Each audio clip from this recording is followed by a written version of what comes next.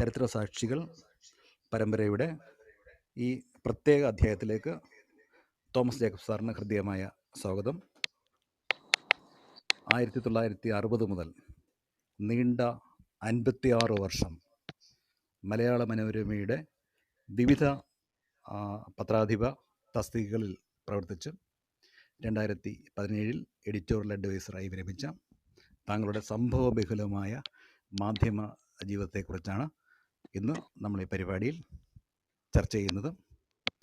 എനിക്ക് ആദ്യമായി ചോദിക്കാനുള്ളത്, ഇരവിപേരൂരിൽ ജനിച്ച ഒരു ഗ്രാമത്തിൽ ജനിച്ച താങ്കൾ കെമിസ്ട്രി ബിരുദം കഴിഞ്ഞിട്ട് എങ്ങനെ ഒരു മാധ്യമ പ്രവർത്തകനായി അവിടെ നിന്ന് ആരംഭിക്കാമെന്ന് തോന്നുന്നു? സാർ അതിനെക്കുറിച്ചൊന്ന് പറയുമോ? ഞാൻ ചെറുപ്പകാലം മുതൽ ഈ കൗതുകമുള്ള കാര്യങ്ങളൊക്കെ ശ്രദ്ധിക്കുന്ന ഒരാളായിരുന്നു. അപ്പോൾ കോളേജിൽ പഠിക്കുമ്പോഴൊക്കെ തന്നെ ഈ പത്രപ്രവർത്തനത്തിൽ നടക്കുന്ന പുതിയ അത്ഭുതകരമായ കാര്യങ്ങളൊക്കെ നമ്മളെ ആകർഷിച്ചിരുന്നു.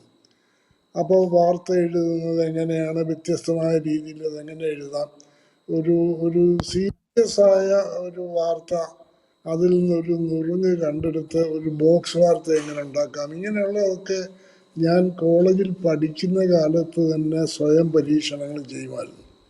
അന്ന് തിരുവല്ലയിലെ മനോരമയുടെ ലേഖകനായിരുന്നു ഒരു PP വർഗീസ് ഉണ്ട്. അത് ഡിസ്ട്രിക്ട് ഹെഡ് ക്വാർട്ടേഴ്സൊന്നും അല്ലാത്തതുകൊണ്ട് പ്രാദേശിക ലേഖകന്മാരിൽ ഒരാൾ മാത്രമായിരുന്നു വർഗീസ്. പക്ഷെ വർഗീസ് അനേക പത്രങ്ങളിൽ പ്രവർത്തിച്ച് പരിചയമുള്ള ഒരാളായിരുന്നുകൊണ്ട് മനോരമ അദ്ദേഹത്തെ അവിടെ നിയമിക്കുകയായിരുന്നു.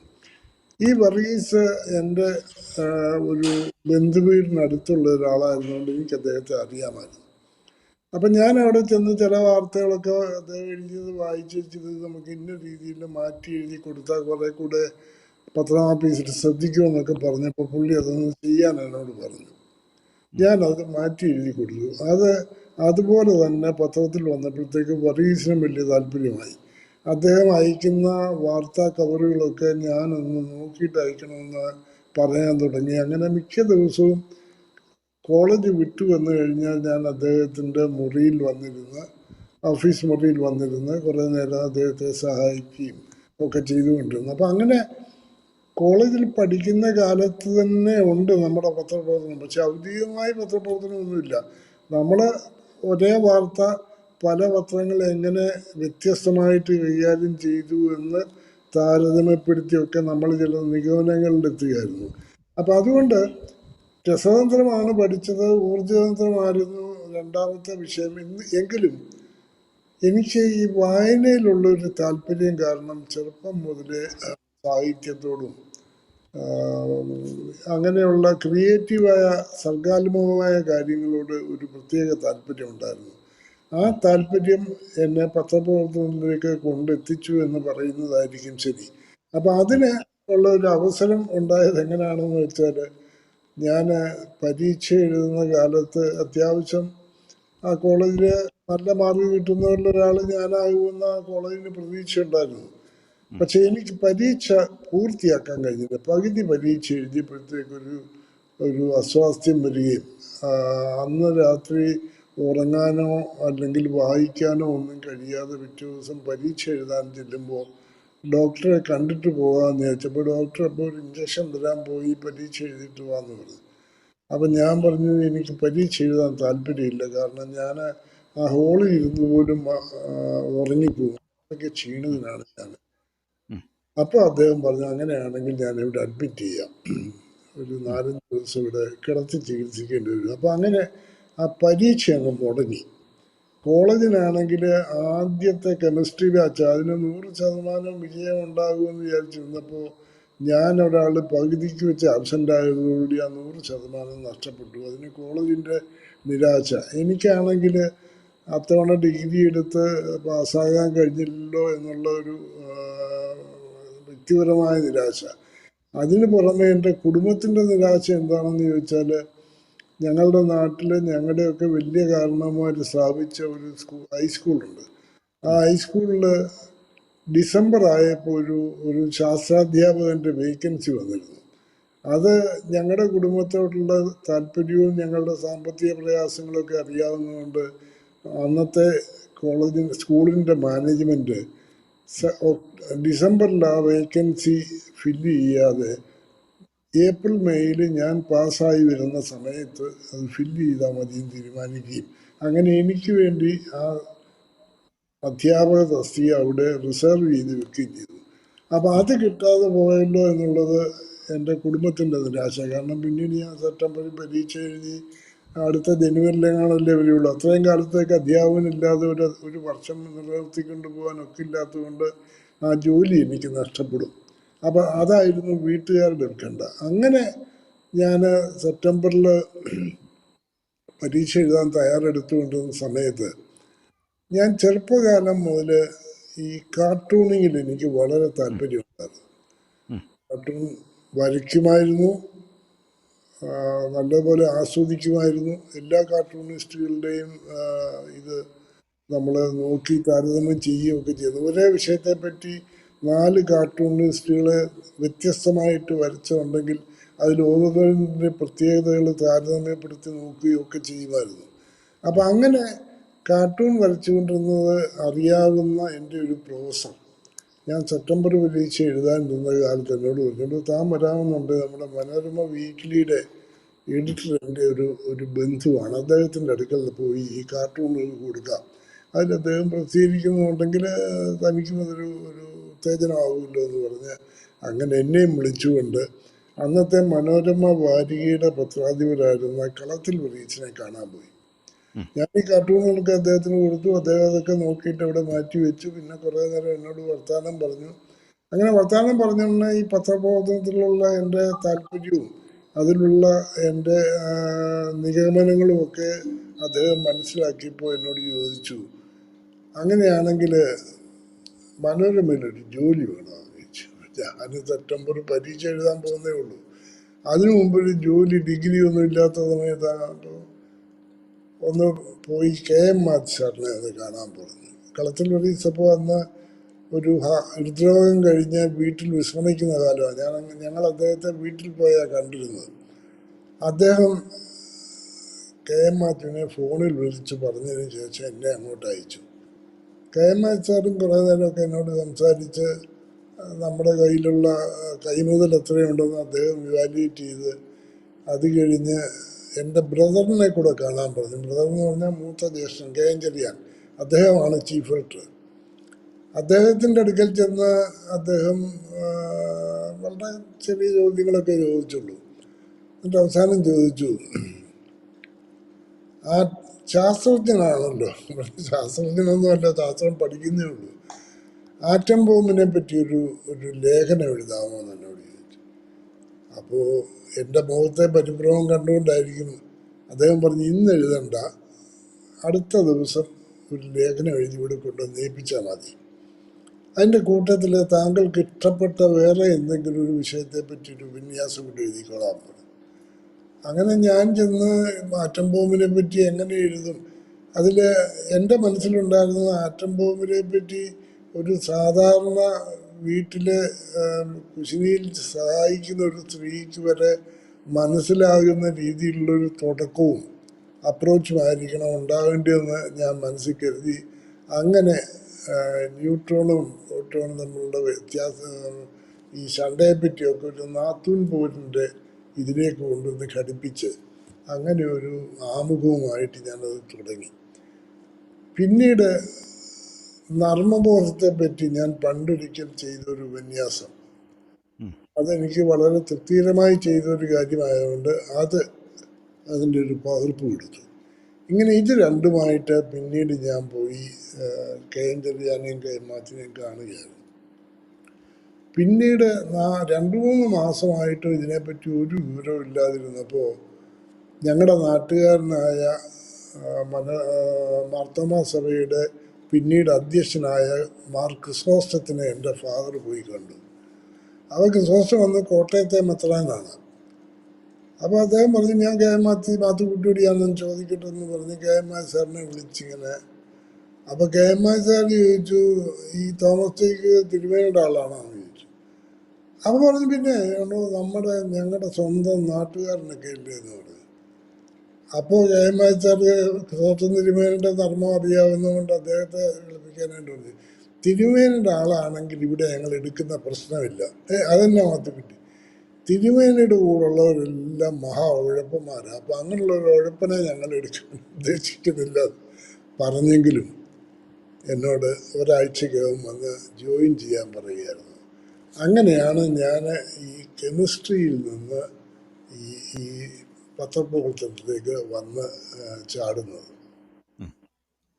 അപ്പോൾ സാറ് 1960 ജോയിൻ ചെയ്യുമ്പം കാർട്ടൂണിസ്റ്റ് ആയിട്ടാണോ ജോയിൻ ചെയ്തത്?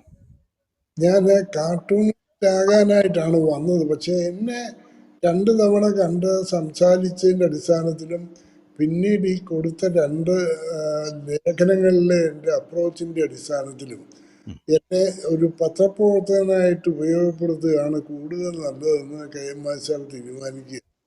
അതുകൊണ്ട് നിയമനം തന്നത് എഡിറ്റോറിയൽ വിഭാഗത്തിലാണ്. അന്ന് ട്രെയിനി ആയിട്ടാണ്. അതായത് ട്രെയിനി ആയിട്ട് എത്ര കാലമൊന്നും പറയുന്നില്ല, എന്നെ ട്രെയിനി ആയിട്ട് ഇപ്പോഴൊക്കെയാണ് ട്രെയിനിങ് 2 വർഷം എന്നൊക്കെ നിശ്ചിതമായ ഒരു പീരീഡിലേക്ക് എടുക്കുന്നത്. അന്ന് അങ്ങനെയൊന്നും ആയിരുന്നു. ട്രെയിനി ആയിട്ട് ഒരു അന്നത്തെ കാലത്ത് 60-50 രൂപ സ്റ്റൈപ്പൻഡിലാണ് ഞാൻ കയറുന്നത്. അപ്പം അങ്ങനെ ഞാൻ കാർട്ടൂണിസ്റ്റ് ആകാൻ ആഗ്രഹിച്ചു എന്ന് പറയുന്നത് മാത്രമേ ശരിയുള്ളൂ. പക്ഷേ ഞാൻ മനോരമയിൽ ജോയിൻ ചെയ്യുന്നതിന് മുമ്പ് കോളേജിലെ വിദ്യാർത്ഥിയായിരുന്ന കാലത്ത് എൻ്റെ കാർട്ടൂൺ മനോരമയിൽ കൊടുത്തിട്ടുണ്ട്. അതായത് അന്ന് വലിയൊരു PND സ്ട്രൈക്ക് വന്ന സമയത്ത് ഞാൻ അതിനെപ്പറ്റി ഒരു കാർട്ടൂൺ വരച്ച് തിരുവല്ലയിൽ ഞാൻ മുമ്പേ പറഞ്ഞ മനോരമ ലേഖകൻ PP വർഗീസിനെ ഏൽപ്പിച്ചു. ഇതൊന്ന് കോട്ടയത്ത് എത്തിച്ചു നോക്കാം, അവർ സ്വീകാര്യമാണെങ്കിൽ അവരെ പബ്ലിഷ് ചെയ്തിട്ടെന്നാണ്. അപ്പോൾ അന്ന് KS പിള്ള എന്ന് പറയുന്ന കാർട്ടൂണിസ്റ്റാണ് കേരളത്തിലെ ഏറ്റവും വലിയ ചിത്രകാരൻ. അദ്ദേഹം സ്ഥിരമായിട്ട് മാവേലിക്കരക്കാരൻ. അതെ, മാവേലിക്കര പുന്നമൂടുകാരൻ. അപ്പോൾ അദ്ദേഹം കോട്ടയത്ത് കേരള ഭൂഷണം, കേരള പൗരത്വനി കേരള ഭൂഷണം, ദേശബന്ധു, മനോരമ, ഈ 3 പത്രങ്ങളിൽ അദ്ദേഹം പ്രസിദ്ധീകരിച്ചുകൊണ്ടിരിക്കുക. അടിസ്ഥാനപരമായിട്ട് ദേശബന്ധുവിനോട് ചേർന്നായിരുന്നു അദ്ദേഹം പ്രവർത്തിച്ചുകൊണ്ടിരുന്നത്. പക്ഷേ ദേശബന്ധു മാനേജ്മെൻറ്റിന് അദ്ദേഹം മറ്റ് പത്രങ്ങളിൽ കാർട്ടൂൺ വരയ്ക്കുന്നതിൽ വിരോധമില്ലായിരുന്നുകൊണ്ട് അദ്ദേഹം കേരള ഭൂഷണത്തിലും മനോരമയിലും കൂടെ വരയ്ക്കുകയായിരുന്നു. അപ്പോൾ KS പിള്ള അന്ന് രാവിലെ ഈ വിഷയത്തെപ്പറ്റി ഒരു കാർട്ടൂൺ വരച്ചു കൊടുത്തിരുന്നു. അത് മനോരമ സ്വീകരിക്കുകയും ചെയ്തു. അപ്പോഴാണ് വൈകുന്നേരം എൻ്റെ ഈ കാർട്ടൂൺ കിട്ടുന്നത്. അപ്പോൾ കാർട്ടൂൺ കിട്ടിയപ്പോൾ എൻ്റേതിൻ്റെ ആശയം വളരെ നല്ലതാണെന്ന് അവർക്ക് ബോധ്യപ്പെട്ടത് കൊണ്ട് അതുകൂടെ പബ്ലിഷ് ചെയ്യാൻ തീരുമാനിച്ചു. അന്ന് ഒരേ വിഷയത്തെപ്പറ്റി 2 കാർട്ടൂൺ രണ്ടാളുകളുടെ 2 കാർട്ടൂൺ ഒരേ ദിവസം പ്രസിദ്ധീകരിക്കുകയൊന്നും മലയാളത്തിൽ സംഭവിക്കുന്ന കാര്യങ്ങളില്ല. ഇപ്പോൾ ഒക്കെ അങ്ങനെ സംഭവിക്കാറുണ്ട്. ഒരേ വിഷയം തന്നെ കൊടുത്തിട്ട് 4-5 പേരോട് വരയ്ക്കാൻ പറയുകയൊക്കെ ചെയ്യുന്നതൊക്കെ ഉണ്ടായിരുന്നു. പക്ഷെ അന്നൊരു ആർഭാടമായിരുന്നുകൊണ്ട് അതിനെപ്പറ്റി ആരും അങ്ങനെ ആലോചിക്കുകയും ചെയ്യുകയും ഉണ്ടായിരുന്നില്ല. അപ്പോൾ എൻ്റെ കാർട്ടൂണ് ഒരു ഉൾപേജിൽ കൊടുക്കുകയും KS പിള്ളയുടെ കാർട്ടൂൺ 1-ാം പേജിൽ കൊടുക്കുകയും ചെയ്തു. പക്ഷെ എന്നെ സംബന്ധിച്ച് ഇതേതാണ്ട് എവറസ്റ്റ് കയറിയ പോലുള്ള ഒരു ഭയങ്കര വ്യക്തിയാണ്. KS പിള്ള വരച്ച അതേ വിഷയത്തെപ്പറ്റി മറ്റൊരു കാർട്ടൂൺ എൻ്റേത് ഒരു വിദ്യാർത്ഥിയായ എൻ്റേത് പ്രസിദ്ധീകരിച്ചെന്നുള്ളത്. അപ്പം അതുകൊണ്ട് മനോരമയിൽ എഡിറ്റോറിയൽ ചേർന്നപ്പോൾ ഞാനൊരു ചിന്താക്കുഴപ്പത്തിലായി. എഡിറ്റോറിയൽ പോകണമെന്നുള്ളത് നമ്മുടെ ആഗ്രഹങ്ങളിലൊന്നായിരുന്നു. കാർട്ടൂണിസ്റ്റിൻ്റെ കാര്യത്തിൽ എന്ത് ചെയ്യണമല്ലോ. അപ്പം ഞാനത് ഈ പത്രപ്രവർത്തനത്തിൽ നമ്മൾ വിജയിക്കണമെന്നുണ്ടെങ്കിൽ അതിൽ 100% ശ്രദ്ധ കേന്ദ്രീകരിച്ചേ പറ്റുള്ളൂ. അപ്പോൾ അതിന് നമ്മൾ ചെയ്യേണ്ടത് എന്താണെന്നുള്ളത് ആലോചിക്കുന്ന സമയത്ത് നമ്മൾ കാർട്ടൂണിൻ്റെ പുറകെ കൂടെ പോയാൽ ശ്രദ്ധ വികേന്ദ്രീകൃതമാകും. അപ്പോൾ അതുകൊണ്ട് രക്ഷപ്പെടാൻ പ്രയാസം വരും. അതുകൊണ്ട് ഏതിലെങ്കിലും ഒന്നിൽ ഉറച്ചു നിൽക്കുന്നതാണ് നല്ലതെന്ന് തോന്നി. ഞാൻ കാർട്ടൂണിങ് നമുക്ക് എന്ന് വേണമെങ്കിലും തിരിച്ചു പിടിക്കാവുന്നൊരു കാര്യമാണല്ലോ എന്ന് വിചാരിച്ചാൽ ഞാൻ അതങ്ങ് മാറ്റി വെച്ച് മുഴുവൻ സമയവും പത്രപ്രവർത്തനത്തിൽ ശ്രദ്ധ കേന്ദ്രീകരിച്ച് തുടങ്ങുകയാണ്. അങ്ങനെയാണ് എൻ്റെ കരിയർ മനോരമയിലൊരു പത്രപ്രവർത്തകനായിട്ട് ആരംഭിക്കുന്നത്. സാറ് പിന്നീട് കാർട്ടൂൺ വരച്ചിട്ടേ ഇല്ല? ഞാൻ പിന്നീട് കാർട്ടൂൺ വരച്ചിട്ടില്ല. അതിനു മുമ്പ് വരച്ചു വെച്ചിട്ടുള്ള ചില സോഷ്യൽ കാർട്ടൂൺസ് ഒക്കെ പിന്നീട് ചില പബ്ലിക്കേഷനുകളിൽ വന്നിട്ടുണ്ട്. പൊളിറ്റിക്കൽ കാർട്ടൂൺസ് പിന്നെ അത് ശരി. Hello hello. യെസ്. സാറ് പിന്നെ 1960 അവിടെ ജോയിൻ ചെയ്യുമ്പോൾ സാറിൻ്റെ കൂടെ ആരുണ്ടായിരുന്നു? ഡബ്ബാച്ചിൽ ആ ഞാൻ കാലം. ഞാനന്ന് മനോരമയിൽ വരുമ്പോൾ മനോരമ കോട്ടയത്ത് നിന്ന് മാത്രം പ്രസിദ്ധീകരിക്കുന്ന ഒരു അന്ന് 90,000 കോപ്പിയാണ് മനോരമയുടെ പ്രചാരം. ഉം. കൃത്യമായി 90 90 92 ഇടയ്ക്കുള്ള ഒരു ഫിഗർ. അപ്പൊ അന്ന് മനോരമ പത്രാധിപ സമിതിയിൽ ആകെ 7 പേരുകളേ ഉള്ളൂ. അതിൽ ഏറ്റവും പ്രസിദ്ധനായ ആള് KP കരുണാകര പിഷാരടി. പിഷാരടി സാറ് മനോരമയിൽ വന്ന് ജോയിൻ ചെയ്യുന്നത് തന്നെ ഒരു അത്ഭുതം. അദ്ദേഹം പട്ടാമ്പിയിൽ നിന്ന് അന്ന് അദ്ദേഹം എങ്ങനെ കോട്ടയത്ത് വന്ന് മനോരമയിൽ ചേർന്നു എന്നുള്ള ഒരു അത്ഭുതം. കാരണം അത് യാത്രാ സൗകര്യങ്ങൾ തീരെ പരിമിതമായിരുന്നൊരു കാലത്ത് നടന്നും കിട്ടുന്ന സ്ഥലത്ത് ട്രെയിനിൽ കയറി പിന്നെ ബസ്സുള്ളിടത്ത് ബസ്സിൽ കയറി അങ്ങനെയൊക്കെ 16 വയസ്സുള്ള പയ്യൻ കോട്ടയത്ത് വന്ന് മാമ്മാപ്പിള KC മാമ്മാപ്പിള, അന്ന് KC മാമ്മാപ്പിളയാണ് ചീഫ് എഡിറ്റർ.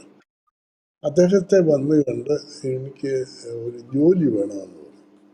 അപ്പം മാമ്മാപ്പിള സാർ അന്ന് ചെയ്യുന്ന ഒരു കാര്യം, ഇംഗ്ലീഷിലെ ഏറ്റവും നല്ല നോവലുകൾ തർജ്ജമ ചെയ്ത് മനോരമ ബുക്സിൻ്റെതായി പുസ്തകമായി ഇരിക്കുന്ന ഒരു കാലമാണ്. അപ്പോൾ KC മാമ്മാപ്പിള അന്ന് ഐവാൻ ഹോ എന്ന് പറയുന്ന വലിയ നോവൽ അത് തർജ്ജമ ചെയ്തുകൊണ്ടിരിക്കുന്ന കാലമാണ്. അദ്ദേഹം ആ പുസ്തകം എടുത്ത് പിഷാരടി സാറിൻ്റെ കൊടുത്തിട്ട് പറഞ്ഞു, ഇത് തർജ്ജമ ചെയ്തുകൊണ്ട് പോവാ, ഇതിൻ്റെ ഇന്ന അധ്യായം വരെ ഞാൻ തർജ്ജമ ചെയ്ത് കഴിഞ്ഞാൽ എൻ്റെ ബാക്കി ചെയ്താൽ മതി. അദ്ദേഹം പിറ്റേ ദിവസം അതിൻ്റെ ഒരു അധ്യായം എഴുതിക്കൊണ്ട് ചെന്നു. അത് മാമ്മാപ്പിളയ്ക്ക് വളരെ ഇഷ്ടപ്പെട്ടു ആ തർജ്ജമ. അങ്ങനെ അദ്ദേഹത്തെ നോവൽ തർജ്ജമക്കാരനായിട്ട് മനോരമയിൽ എടുക്കുന്നു. അത് സ്വാഭാവികമായി പത്രാധിപത്യത്തിൽ അവസാനിക്കുകയാണ് ചെയ്തത്.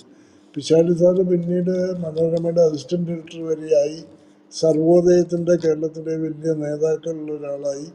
പിന്നീട് മനോരമ വനിത എന്ന പേരിൽ സ്ത്രീകൾക്ക് വേണ്ടിയുള്ളൊരു മാസിക ആദ്യമായിട്ട് തുടങ്ങിയപ്പോൾ അതിൻ്റെ ആദ്യ പത്രാധിപർ പിഷാരടി സാറായിരുന്നു. അപ്പോൾ കരുണാകര പിഷാരടി അതിലെ ഏറ്റവും പ്രധാനപ്പെട്ട ഒരാൾ. പിന്നെ ഒന്ന് PC കൂരുത്. PC കൂരുത് എന്ന് പറയുന്ന അന്നത്തെ വലിയൊരു നോവലിസ്റ്റായിരുന്നു. തിരുവല്ലായ്ക്കടുത്ത് പുളിക്കീട് സ്വദേശി. അദ്ദേഹം വിദ്വാൻ പരീക്ഷയൊക്കെ പാസ്സായി. വിദ്വാൻ PC കൂരുത് എന്ന പേരിൽ നോവലുമൊക്കെ എഴുതിക്കൊണ്ടിരിക്കുന്ന കാലത്താണ് കോട്ടയത്ത് മനോരമയിൽ വന്ന് പത്രാധിപ സമിതിയിൽ ചേർന്നത്. പത്രാധിപ സമിതിയിൽ ചേർന്ന് അദ്ദേഹം കോട്ടയം പട്ടണത്തിൽ താമസമായത് മനോരമയ്ക്ക് അടുത്ത് തന്നെ, കഷ്ടിച്ചൊരു 3/4 ഫർലോങ് ദൂരെയുള്ള ഒരു മനോരമ ആഫീസിൽ നിന്ന് 3/4 ഫർലോങ് ദൂരെയുള്ള ഒരു സ്ഥലത്ത് അദ്ദേഹം വീടെടുത്ത് താമസിക്കുകയായിരുന്നു. അപ്പോൾ അദ്ദേഹത്തിൻ്റെ കുടുംബം പുളുക്കിയിലെ ഭാഗ്യോദയം പ്രസ് എന്ന് പറഞ്ഞ് വലിയൊരു പ്രസ് നടത്തുന്നുണ്ടായിരുന്നു.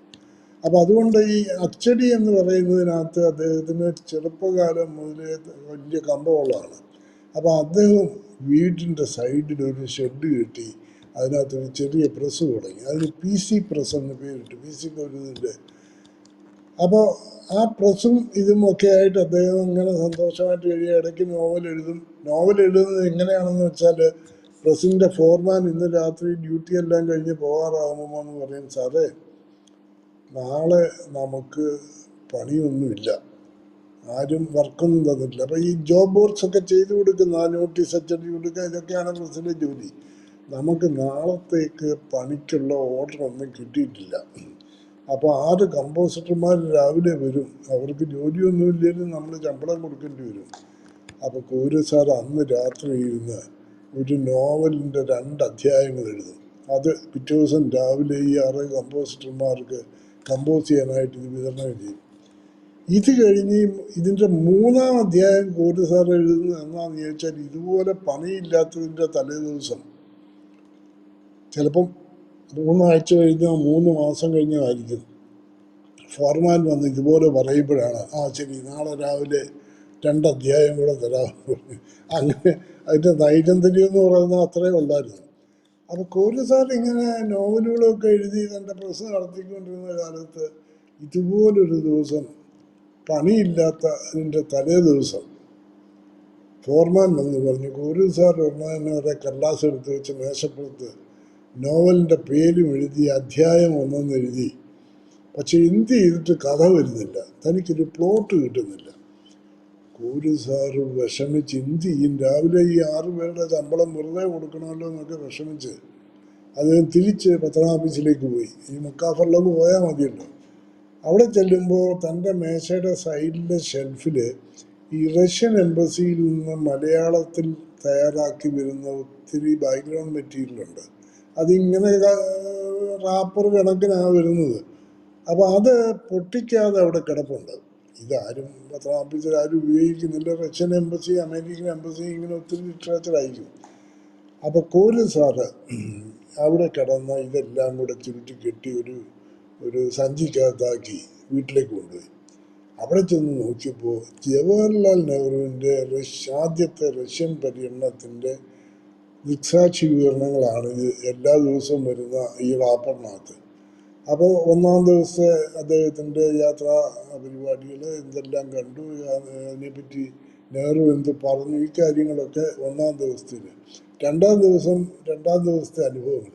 ഇങ്ങനെ ഒരാഴ്ച നീണ്ടു നിൽക്കുന്ന നെഹ്റുവിൻ്റെ ഈ റഷ്യൻ പര്യടനത്തെ പറ്റിയുള്ള ഇത് മുഴുവൻ അടുക്കി ചിട്ടയോടുകൂടി വെച്ച് സാർ അത് എഡിറ്റ് ചെയ്ത് അതിന് നെഹ്റു റഷ്യയിൽ എന്ന് പേരുമിട്ട്, സംഗതി അടിസ്ഥാനപരമായി റഷ്യൻ ലിറ്ററേച്ചറാണ്. അതിനകത്ത് സാർ അവിടെ ഇവിടെയും ചില പൊടിക്കൈകൾ പ്രയോഗിച്ചു എന്ന് മാത്രമേ ഉള്ളൂ. നെഹ്റു റഷ്യയിൽ നിന്നും പറഞ്ഞ് പുസ്തകം അച്ചടിച്ചു. അപ്പോൾ കോലി സാർ അന്ന് ഈ സാഹിത്യ പ്രവർത്തക സഹകരണ സംഘത്തിൻ്റെ ഡയറക്ടർ ബോർഡ് മെമ്പറാണ്. അപ്പോൾ NBS പുസ്തകം പ്രസിദ്ധീകരിക്കാനൊന്നും ഒരു പ്രയാസമില്ല. അപ്പോൾ സാർ ഇത് അച്ചടിച്ച് വിതരണം NBS ഏൽപ്പിച്ചു. അപ്പോൾ SPCS അതിൻ്റെ വിതരണം NBS ചുമതലപ്പെടുത്തി. ഇന്ന് ഓർക്കുമ്പോൾ ചിരി വരും. അതിന് 8 പതിപ്പുകളുണ്ടായി. നെഹ്റു റഷ്യയിൽ എന്ന് പറഞ്ഞ് ഈ റഷ്യൻ ബുള്ളറ്റിൻ പകർത്തി വെച്ച് പുസ്തകമാക്കിയത് ലൈബ്രറി മൂവ്മെൻറ്റ് കേരളത്തിൽ സജീവമായിരുന്നുകൊണ്ട് 8 പതിപ്പുകൾ. അപ്പോൾ കോലി സാറ് മനോരമയിലെ 2-ാമത്തെ പ്രധാന ആൾ. 3-ാമത്തെ ഒരാൾ തിരുവല്ലയിൽ നിന്നുള്ള ജോൺ എന്ന് പറഞ്ഞ്. അദ്ദേഹത്തിന് ഈ സാഹിത്യ താല്പര്യമൊന്നുമില്ല. അദ്ദേഹം ഇംഗ്ലീഷ് വാർത്ത തർജ്ജമ ചെയ്യുന്നതിൻ്റെ വിദഗ്ധനായ ഒരാളായിരുന്നു. പിന്നെ കുര്യൻ എന്നും പറഞ്ഞ് അദ്ദേഹമാണ് മലയാള പത്രങ്ങളുടെ ആദ്യമായി ഒരു ശാസ്ത്ര ബിരുദധാരിയല്ല, ബിരുദാനന്തര ബിരുദധാരി, MSc-കാരനായിരുന്നു. ആദ്യമായിട്ട് ഒരു പത്രാഫീസിൽ, മലയാള പത്രാഫീസിൽ ജോലിക്ക് വരുന്ന ആദ്യത്തെ ആൾ കുര്യനായിരുന്നു. അതിപ്പോൾ ഞാൻ ഓർക്കുമ്പോൾ 1957 ചൈന, റഷ്യ സ്പുട്നിക് ബഹിരാകാശത്തേക്ക് അയച്ചപ്പോൾ ഇങ്ങനെ വാർത്ത വന്നുകൊണ്ടിരിക്കുക. അന്ന് സ്പുട്നിക് എന്ന് പറഞ്ഞാൽ എന്താണെന്ന് ആർക്കും അറിയില്ല. ബഹിരാകാശം എന്ന് പറഞ്ഞാൽ എന്താണെന്ന് അറിയില്ല. ബഹിരാകാശം എന്നൊരു വാക്ക് തന്നെ മലയാളത്തിലില്ല. ഔട്ടർ സ്പേസിലേക്ക് അയച്ചു എന്നൊക്കെ പറയും. അപ്പോൾ ഇത് അന്ന് നമ്മുടെ മഹാനായ എഴുത്തുകാരൻ C. രാധാകൃഷ്ണൻ സാറ് അന്ന് ശാസ്ത്ര വിഷയത്തിലെ ഒരു ബിരുദധാരിയാകാൻ പഠിച്ചുകൊണ്ടിരിക്കുക. കോഴിക്കോട്ട് പഠിച്ചുകൊണ്ടിരിക്കുന്ന കാലത്ത് അദ്ദേഹം ശാസ്ത്ര വിഷയങ്ങളെ പറ്റി മാതൃഭൂമിയിൽ എഴുതാറുണ്ടായിരുന്നു, ചില ശാസ്ത്ര കാര്യങ്ങളെ പറ്റി. അപ്പോൾ അന്ന് രാത്രി സ്പുട്നിക്ക് പോയപ്പം അന്നത്തെ മാതൃഭൂമിയുടെ പത്രാധിപതിയുള്ള എല്ലാവരും കൂടെ നമുക്ക് രാധാകൃഷ്ണൻ സാറിനെ വിളിച്ച് അദ്ദേഹത്തെ കൊണ്ട് ഈ വാർത്ത എഡിറ്റ് ചെയ്യിക്കാൻ തീരുമാനിച്ചു. കാരണം ഇവർക്കാർക്കും ഇത് മനസ്സിലാകുന്നില്ല. അവരൊരു വണ്ടി അയച്ച് രാധാകൃഷ്ണൻ സാറിനെ വിളിച്ചുകൊണ്ട് വന്ന്, ഞങ്ങളൊക്കെ ഈ മാനവിക വിഷയങ്ങളിൽ ഡിഗ്രി എടുക്കാത്തവരാണ് കൂടുതൽ, ഞങ്ങൾക്കിത് വായിച്ചാൽ മനസ്സിലായി, താൻ ഇത് മനുഷ്യന് മനസ്സിലാകുന്ന ഭാഷയിൽ ഇതൊന്ന് തർജ്ജമ ചെയ്ത് ശരിയാക്കി തരണം എന്ന് പറഞ്ഞ് രാധാകൃഷ്ണൻ സാറാണ് അതിലെ പല കാര്യങ്ങളും, റോക്കറ്റ് എന്നുള്ള വാക്ക് പുള്ളി അതുപോലെ തന്നെ നിലനിർത്തി, സ്പുട്നിക് എന്നുള്ളത് അതുപോലെ നിലനിർത്തി. എന്നാൽ ഭ്രമണപഥമെന്ന് ഇന്ന് നമ്മൾ പറയുന്ന ആ ഓർബിറ്റിന് അന്ന് അദ്ദേഹം കൊടുത്തത് പ്രദക്ഷിണ വഴി എന്നാണ്. അന്ന് പ്രദക്ഷിണം എന്ന് പറഞ്ഞാൽ എല്ലാവർക്കും അറിയാവുന്നൊരു കാര്യമാണല്ലോ.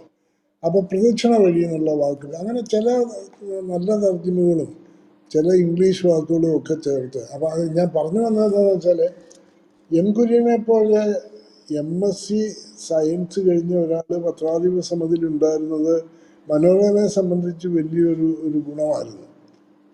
മാതൃഭൂമിയിൽ അങ്ങനെ ഇല്ലാതിരുന്നതിൻ്റെ നഷ്ടം അനുഭവപ്പെടാതിരിക്കാനായിട്ട് രാധാകൃഷ്ണൻ സാറിൻ്റെ സേവനങ്ങൾ ഉപയോഗിക്കുകയും ചെയ്തു. അപ്പം അതായിരുന്നു അന്നത്തെ പത്രം. BA BSc ഒക്കെ കഴിയുന്നവർ, അല്ല BAയോ MAയോ കഴിയുന്നവർ മാത്രമേ പത്രാധിപരാകുള്ളൂ. എന്നാൽ അന്നത്തെ പത്രാധിപന്മാരിൽ മിക്കവരും SLC പോലും പാസ്സാകാത്തവരും ഉണ്ടായിരുന്നു. പക്ഷെ അന്നത്തെ SLC എന്നൊക്കെ പറയുന്നത് ഇന്നത്തെ MAയേക്കാൾ കൂടുതൽ വിദ്യാധനമുള്ള ആളുകളായിരുന്നു. അപ്പം അതുകൊണ്ട് അവരുടെ ഇംഗ്ലീഷൊക്കെ വളരെ നല്ല ഇംഗ്ലീഷുമായിരുന്നു. അപ്പം അങ്ങനെ ഉള്ള മൂന്നാമത്തെ ആളായിരുന്നു M കുര്യൻ. അദ്ദേഹത്തിൻ്റെ കൂടെ കോട്ടയത്ത് ഇപ്പോഴും മാങ്ങാനത്ത് ജീവിച്ചിരിക്കുന്ന KB മാമൻ. ഇവർ 4 പേര്. പിന്നെ ഈ കഴിഞ്ഞ 2 മാസം മുമ്പ് കോട്ടയത്ത് നിര്യാതനായ K മാത്തൻ, അദ്ദേഹം BEd കഴിഞ്ഞിട്ടാണ് മനോരമ വരുന്നത്. അപ്പോൾ ഒരു അഭിഭാഷകൻ മനോരമയുടെ പത്രാധിപ സമിതിയിലുണ്ട്, ഒരു MSc-കാരനുണ്ട്, പിന്നെ പിശാലി സാറിനെയും കോരി സാറിനെയും ഒക്കെ പോലെ T ജോൺ സാറിനെയും പോലെ ഡിഗ്രി ഒന്നും ഇല്ലെങ്കിലും അവരവരുടെ മേഖലകളിൽ വളരെ പ്രഗത്ഭരായ മറ്റു പത്രാധിപന്മാർ. പിന്നെ ബാബു ചെങ്ങന്നൂർ കൊല്ലത്ത് ഫാത്തിമ കോളേജിൽ NDA എന്നും പറഞ്ഞൊരു കൊമേഴ്സ് BCom-ൻ്റെ ഒക്കെ പ്രാഗരൂപമായ ഒരു കോഴ്സ് ഉണ്ടായിരുന്നു. അത് ചെയ്തുകൊണ്ടിരുന്ന കാലത്ത് നോവലുകൾ എഴുതി ഞാൻ പോയി പിന്നീട് കണ്ട കളത്തിൽ റീച്ചിനെ കണ്ട് അദ്ദേഹത്തിൻ്റെ ശുപാർശയിൽ മനോരമയിൽ വന്ന ആളായിരുന്നു ബാബു ചെങ്ങന്നൂർ പത്രപ്രവർത്തനത്തിൽ ഒരു പരിശീലനവും ഇല്ലാതെ അന്ന് മനോരമയിലുള്ള എല്ലാവരെയും കവച്ചിരിക്കുന്ന വൈഭവത്തോടുകൂടി ഒരു മനോരമയുടെ ആദ്യത്തെ ന്യൂസ് ലെറ്ററായി. ന്യൂസ് ലെറ്റർ എന്ന് പറഞ്ഞാൽ പത്രത്തിൻ്റെ ദൈനംദിന കാര്യങ്ങളെല്ലാം നടത്തിക്കൊണ്ട് പോകുന്നതിന് നേതൃത്വം വഹിക്കുന്ന ആളാണ്. അത് വളരെ ചെറിയ പ്രായത്തിലായ ഒരാളാണ് ബാബു ചെങ്ങന്നൂർ. അപ്പം ഞാൻ വരുമ്പോൾ ഇത്ര ആളുകൾ മാത്രമേ ഉള്ളൂ മനോരമയിൽ. ഇന്നത് പോയിട്ട് മനോരമയുടെ എഡിറ്റോറിയൽ സംഘം എന്ന് പറയുന്നത് ഒരു 350-400 ആളുകൾ വിവിധ ഭാഗങ്ങളിൽ റിപ്പോർട്ടർമാരായിട്ടും. പിന്നെ അന്ന് മനോരമ ഒരു സ്ഥലത്ത് നിന്നാണ് അച്ചടിച്ചിരുന്നതെങ്കിൽ ഇന്ന് കേരളത്തിൽ നിന്ന് തന്നെ 11 സ്ഥലങ്ങളിൽ നിന്ന് അച്ചടിക്കുന്നു.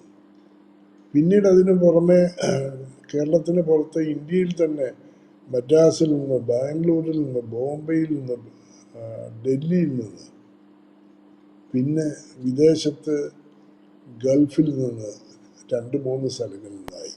അപ്പം ഇത്രയും സ്ഥലത്ത് നിന്ന് അച്ചടിക്കുന്നിടത്തേക്ക് ഓരോ സ്ഥലത്തും അന്ന് മനോരമയിലുണ്ടായിരുന്ന 6 പത്രാധിപന്മാർക്ക് പകരം ഓരോ സ്ഥലത്തും, കോട്ടയത്തൊക്കെ ആണെങ്കിൽ 50-60 പത്രാധിപന്മാർ തന്നെ ഉണ്ട്. മറ്റ് സ്ഥലങ്ങളിൽ അതിനേക്കാൾ കുറവാണെങ്കിലും 1 ഡസൻ മുതൽ മുകളിലോട്ടുള്ള പത്രാധിപന്മാർ. പണ്ട് കേരളത്തിൽ എല്ലായിടത്തും ലേഖകന്മാരൊന്നും ഇല്ലായിരുന്നു. ഞാൻ മനോരമ വരുന്ന കാലത്ത് മനോരമയ്ക്ക് മുഴുവൻ സമയ റിപ്പോർട്ടർമാരുണ്ടായിരുന്നത് ഒന്ന് തിരുവനന്തപുരം, അത് ക്യാപിറ്റലായതുകൊണ്ട് ട്രിവാൻഡ്രത്തൊരു ലേഖകൻ, അതും ഒരു ലേഖകനേ ഉള്ളൂ. ഇന്ന് ട്രിവാൻഡ്രത്ത് റിപ്പോർട്ടർമാരായിട്ട് ഒരു ഡസനിൽ കൂടുതൽ ആളുകളുണ്ട്. അപ്പോൾ ഞാൻ വരുന്ന കാലത്ത് തിരുവനന്തപുരത്തൊരു ലേഖകൻ, കൊച്ചിയിലൊരു ലേഖകൻ, പിന്നെ കോഴിക്കോട്ടൊരു ലേഖകൻ, പിന്നെ ന്യൂഡൽഹിയിൽ. ഇത്രയേ ഉള്ളൂ. കേരളത്തിൻ്റെ ആകെ 3 സ്ഥലത്ത് മാത്രം ലേഖകന്മാരുണ്ടായിരുന്ന ഒരു സെറ്റപ്പിലേക്കാണ് ഞാൻ 1960 വരുന്നത്. ഇന്ന് ഡൽഹിയിൽ തന്നെ എത്രയോ ആളുകൾ, അത് ഞാൻ മനോരമയുടെ കാര്യം മാത്രമല്ല, മാതൃഭൂമി, കേരളകൗമുദി, ഇങ്ങനെ എല്ലാ പത്രങ്ങളുടെയും വളർച്ചയിൽ അതൊരു വലിയ സംഭവമായിരുന്നു. വളർച്ചയുടെ കാര്യത്തിൽ ആദ്യമായിട്ട് ഒരു മുൻകൈ എടുത്തത് മാതൃഭൂമിയാണ്. അതായത് പത്രം ഒരു സ്ഥലത്ത് നിന്ന് അച്ചടിക്കുന്നതിന് പകരം ഒന്നിലേറെ സ്ഥലങ്ങളിൽ നിന്ന് അച്ചടിക്കുന്നതിന് തീരുമാനിച്ച ആദ്യത്തെ മലയാളത്തിലെ പത്രം മാതൃഭൂമിയാണ്. മാതൃഭൂമി കോഴിക്കോട്ട് നിന്ന് മാത്രം അച്ചടിച്ചുകൊണ്ടിരുന്ന ഒരു കാലത്ത് 1962 കൊച്ചിയിൽ നിന്നൂടെ അച്ചടിക്കാൻ തീരുമാനിച്ചു. അത് മനോരമ ഉൾപ്പെടെയുള്ള മറ്റു പത്രങ്ങളുമായിട്ടുള്ള മത്സരത്തിന്റെ ഭാഗമായിട്ടായിരുന്നു. രണ്ടാമത്തെ കാരണം, മാതൃഭൂമി കോഴിക്കോട്ടായിരുന്ന കാലത്ത് തൃശ്ശൂർ വരെയായിരുന്നു പ്രധാനമായി പ്രചാരം ഉണ്ടായത്. അതിന് തെക്കോട്ടൊക്കെ പത്രം എത്തിക്കണമെങ്കിൽ വളരെ നേരത്തെ അച്ചടിക്കണം, അല്ലെങ്കിൽ അത് ഒരു ദിവസം കൂടെ വൈകി മാത്രം വിതരണം നടത്താൻ. അപ്പൊ അത് മാറ്റിയെടുക്കാൻ വേണ്ടി 1962 കൊച്ചിയിൽ സ്വന്തമായി ഒരു പ്രസ് സ്ഥാപിച്ച് അച്ചടി ആരംഭിച്ചു. എന്നാൽ ഇതിനു മുമ്പ് 1948 ഇതുപോലെ ചിന്തിച്ച വേറൊരാളുണ്ടായിരുന്നു, KM ചാക്കോ എന്ന് പറഞ്ഞ ഒരു കുട്ടനാട്ടുകാരൻ. അദ്ദേഹം കോട്ടയത്ത് നിന്ന് പൗരധ്വനി എന്നൊരു പത്രം നടത്തിയിരുന്നു. പൗരധ്വനി അക്കാലത്തെ വളരെ പ്രശസ്തമായൊരു പത്രമായിരുന്നു. പ്രത്യേകിച്ച് മലയാള മനോരമ 1938 സർച്ചിപ്പിയുടെ നടപടിയെ തുടർന്ന് പൂട്ടിയിടപ്പെട്ട സമയത്താണ് പൗരധ്വനി ആരംഭിക്കുന്നത്. അതുകൊണ്ട് തന്നെ മനോരമയുടെ ഇല്ലാതായ ആ വാക്യൂമിലേക്ക് പെട്ടെന്ന് പൗരധ്വനി വന്ന് നിറഞ്ഞു. അങ്ങനെ 9 വർഷം മനോരമ പൂട്ടിക്കിടന്ന 9 വർഷവും തിരുവിതാംകൂറിലെ പ്രധാന പത്രമായിട്ട് വിരാജിച്ചുകൊണ്ടിരിക്കുമ്പോഴാണ് ഇന്ത്യക്ക് സ്വാതന്ത്ര്യം കിട്ടുന്നു. മനോരമ അതോടുകൂടി സ്വതന്ത്രയായി പുതുതായിട്ട് വീണ്ടും അച്ചടി ആരംഭിക്കാൻ തീരുമാനിക്കുന്നത്. ഇതറിഞ്ഞപ്പോൾ KM ചാക്കോയ്ക്കൊരു സംശയം, ഈ മനോരമ കോട്ടയത്തു നിന്ന് അച്ചടി ആരംഭിച്ചാൽ പഴയ മനോരമ വായനക്കാരിൽ പലരും എൻ്റെ പത്രം നിർത്തിയിട്ട് വീണ്ടും മനോരമയിലേക്ക് പോകും. അപ്പം എൻ്റെ പത്രത്തിന് വലിയൊരു ക്ഷീണം പറ്റാതിരിക്കാൻ വേണ്ടി തിരുവനന്തപുരത്തു നിന്നുകൂടെ നമുക്ക് പത്രം ആരംഭിച്ചു കളയാം എന്ന് 48 തീരുമാനിച്ച ആളാണ് അദ്ദേഹം. അതായത് മാതൃഭൂമി ആലോചിക്കുന്നതിന് 14 വർഷം മുമ്പ് അദ്ദേഹം അങ്ങനെ ആലോചിച്ച് തിരുവനന്തപുരത്ത് നിന്ന് പത്രം ആരംഭിച്ചു 48. പക്ഷെ എന്തോ കാരണത്താൽ തിരുവനന്തപുരത്തെ പത്രത്തിന് പൗരധ്വനി എന്ന് തന്നെ പേര് നൽകുന്നതിന് പകരം അദ്ദേഹം പൗരശക്തി എന്നാ പേര് നൽകിയത്, വേറൊരു പേരില്ല തുടങ്ങിയത്. അതുകൊണ്ട് സ്വന്തം പത്രത്തിന്റെ 2ാമത്തെ യൂണിറ്റ് തുടങ്ങിയ ആദ്യത്തെ ആളെന്നുള്ള ഖ്യാതി ഈ പൗരധ്വനി ചാക്കോച്ചന്, KM ചാക്കോയ്ക്ക് കിട്ടാതെ പോയി.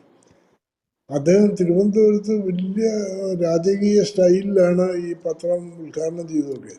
അതിൻ്റെ പത്രാധിപരായിട്ട് അദ്ദേഹം നിയമിച്ചത് നമ്മുടെ വലിയ KPS മേനോന്റെ സഹോദരൻ, തിരുവിതാംകൂർ ഹൈക്കോടതിയിലെ ജഡ്ജിയായിരുന്ന ഒരു KP ഗോപാലമേനോനുണ്ട്. ഗോപാലമേനോനെ പത്രാധിപരായിട്ട് കൊണ്ടുവന്നിട്ടാണ് അദ്ദേഹം പത്രം ആരംഭിച്ചത്. അങ്ങനെ വലിയ സ്റ്റൈലിലാണ് സംഗതിയൊക്കെ ചെയ്തത്. പക്ഷെ അദ്ദേഹത്തിന് അർഹതപ്പെട്ട ആ അംഗീകാരം കിട്ടാതെ പോയത് അത് വേറൊരു പേരിൽ ആ പത്രം ആരംഭിച്ചത് കൊണ്ട് മാത്രം. അല്ലായിരുന്നെങ്കിൽ KM ചാക്കോ പിന്നീട് പൗരധ്വനി അങ്ങ് കുറേ വർഷങ്ങൾ കഴിഞ്ഞപ്പോൾ നിലച്ചു പോവുകയാണ് ഉണ്ടായത്.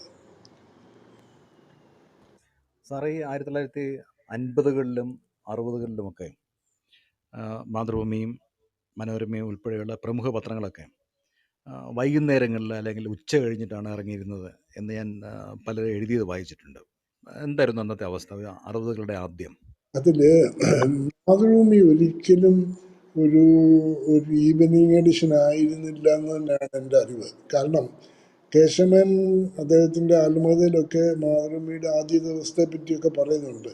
കാരണം പത്രം അച്ചടിച്ച് കയ്യിൽ കിട്ടിയപ്പോഴത്തേക്ക് നേരം പുലർന്നിരുന്നു. അതിൻ്റെ കോപ്പിയുമായി അദ്ദേഹം വീട്ടിലേക്ക് പോയതും ഉറങ്ങാതെ അവിടെ ഇരുന്നത് വായിച്ചതൊക്കെ അദ്ദേഹം പറയുന്നുണ്ട്. എന്നാൽ മനോരമ അനേക വർഷങ്ങൾ സായാഹ്ന പത്രമായിരുന്നു. രണ്ടാമത് ഈ 1947 രണ്ടാമത് ആരംഭിക്കുമ്പോഴും മനോരമ ഒരു സായാഹ്ന പത്രമായിരുന്നു. അത് കഴിഞ്ഞ് 1950കളിൽ മാത്രമാണ് മനോരമ ഒരു മോർണിംഗ് എഡിഷൻ ആകുന്നത്. അപ്പൊ ഈ സായാഹ്ന പത്രം ഇതെങ്ങനെ മോർണിംഗ് എഡിഷൻ ആയി എന്നുള്ളതിനെ പറ്റി KM സാറ് പറയുന്ന ഒരു തമാശ ഉണ്ട്. ഇത് പറയുന്നത്, നമ്മുടെ കയ്യിലുള്ള ഒരു പഴഞ്ചടക്ക് പ്രസ്സാണ്. ആ പ്രസ്സിലാണ് ഈ അച്ചടി. പല ദിവസവും ഇത് അച്ചടിച്ച് വൈകുന്നേരത്തിന് മുമ്പ് ഇത് വിതരണം നടത്തണമല്ലോ. സായന്റെ പത്രമാകുമ്പോൾ വൈകിട്ട് 7 മണി വരെ 8 മണി വരെ വേണം വിതരണം ചെയ്യാൻ. അത് കഴിഞ്ഞ് പിന്നെ വിതരണം ഒന്നും നടക്കുകയില്ലല്ലോ, റോഡിൽ ജനമൊന്നും ഉണ്ടാവില്ല. അപ്പോൾ അതിനു മുമ്പ് ഇത് അച്ചടിച്ചെത്തിക്കാനായിട്ട് പല ദിവസവും കഴിയാതെ പോയി. അങ്ങനെ ഒരു ക്രൈസിസ് നേരിട്ട് ഒരു ദിവസം പ്രസ്സിന് കേടായി. അന്ന് പത്രം അടിച്ചു വന്നപ്പോഴത്തേക്ക് നേരം വെളുത്തു. അങ്ങനെ അതങ്ങനെ പ്രഭാത പത്രമായി എന്ന് പറയും. പക്ഷെ 1950കളിൽ മാത്രമാണ് മനോരമ. മനോരമയോടൊപ്പം ഈ തിരുവിതാംകൂർ കൊച്ചി ഭാഗത്ത് പല പത്രങ്ങളും വന്ന് ഈവനിങ് എഡിഷൻസ് ആയിരുന്നു.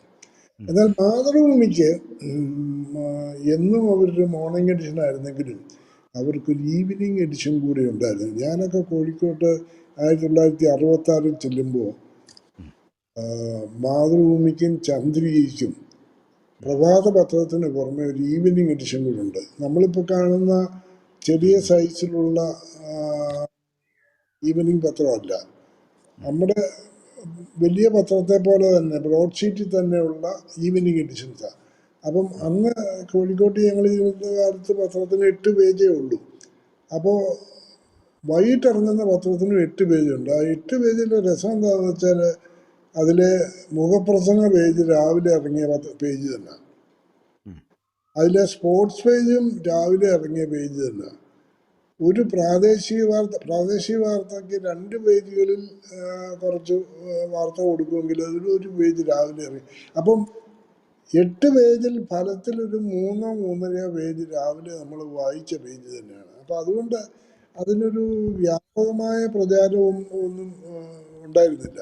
ഒരു 70കൾ ആരംഭമായപ്പോഴത്തേക്ക് മാതൃഭൂമി അവരുടെ ഈവനിങ് എഡിഷൻസ് നിർത്തി, ചന്ദ്രി അതിനു മുമ്പ് തന്നെ നിർത്തി. അപ്പം അങ്ങനെയാണ് ഈ മോർണിംഗ് എഡിഷൻസും ഈവനിങ് എഡിഷൻസിൻ്റെയും ഇതിൽ.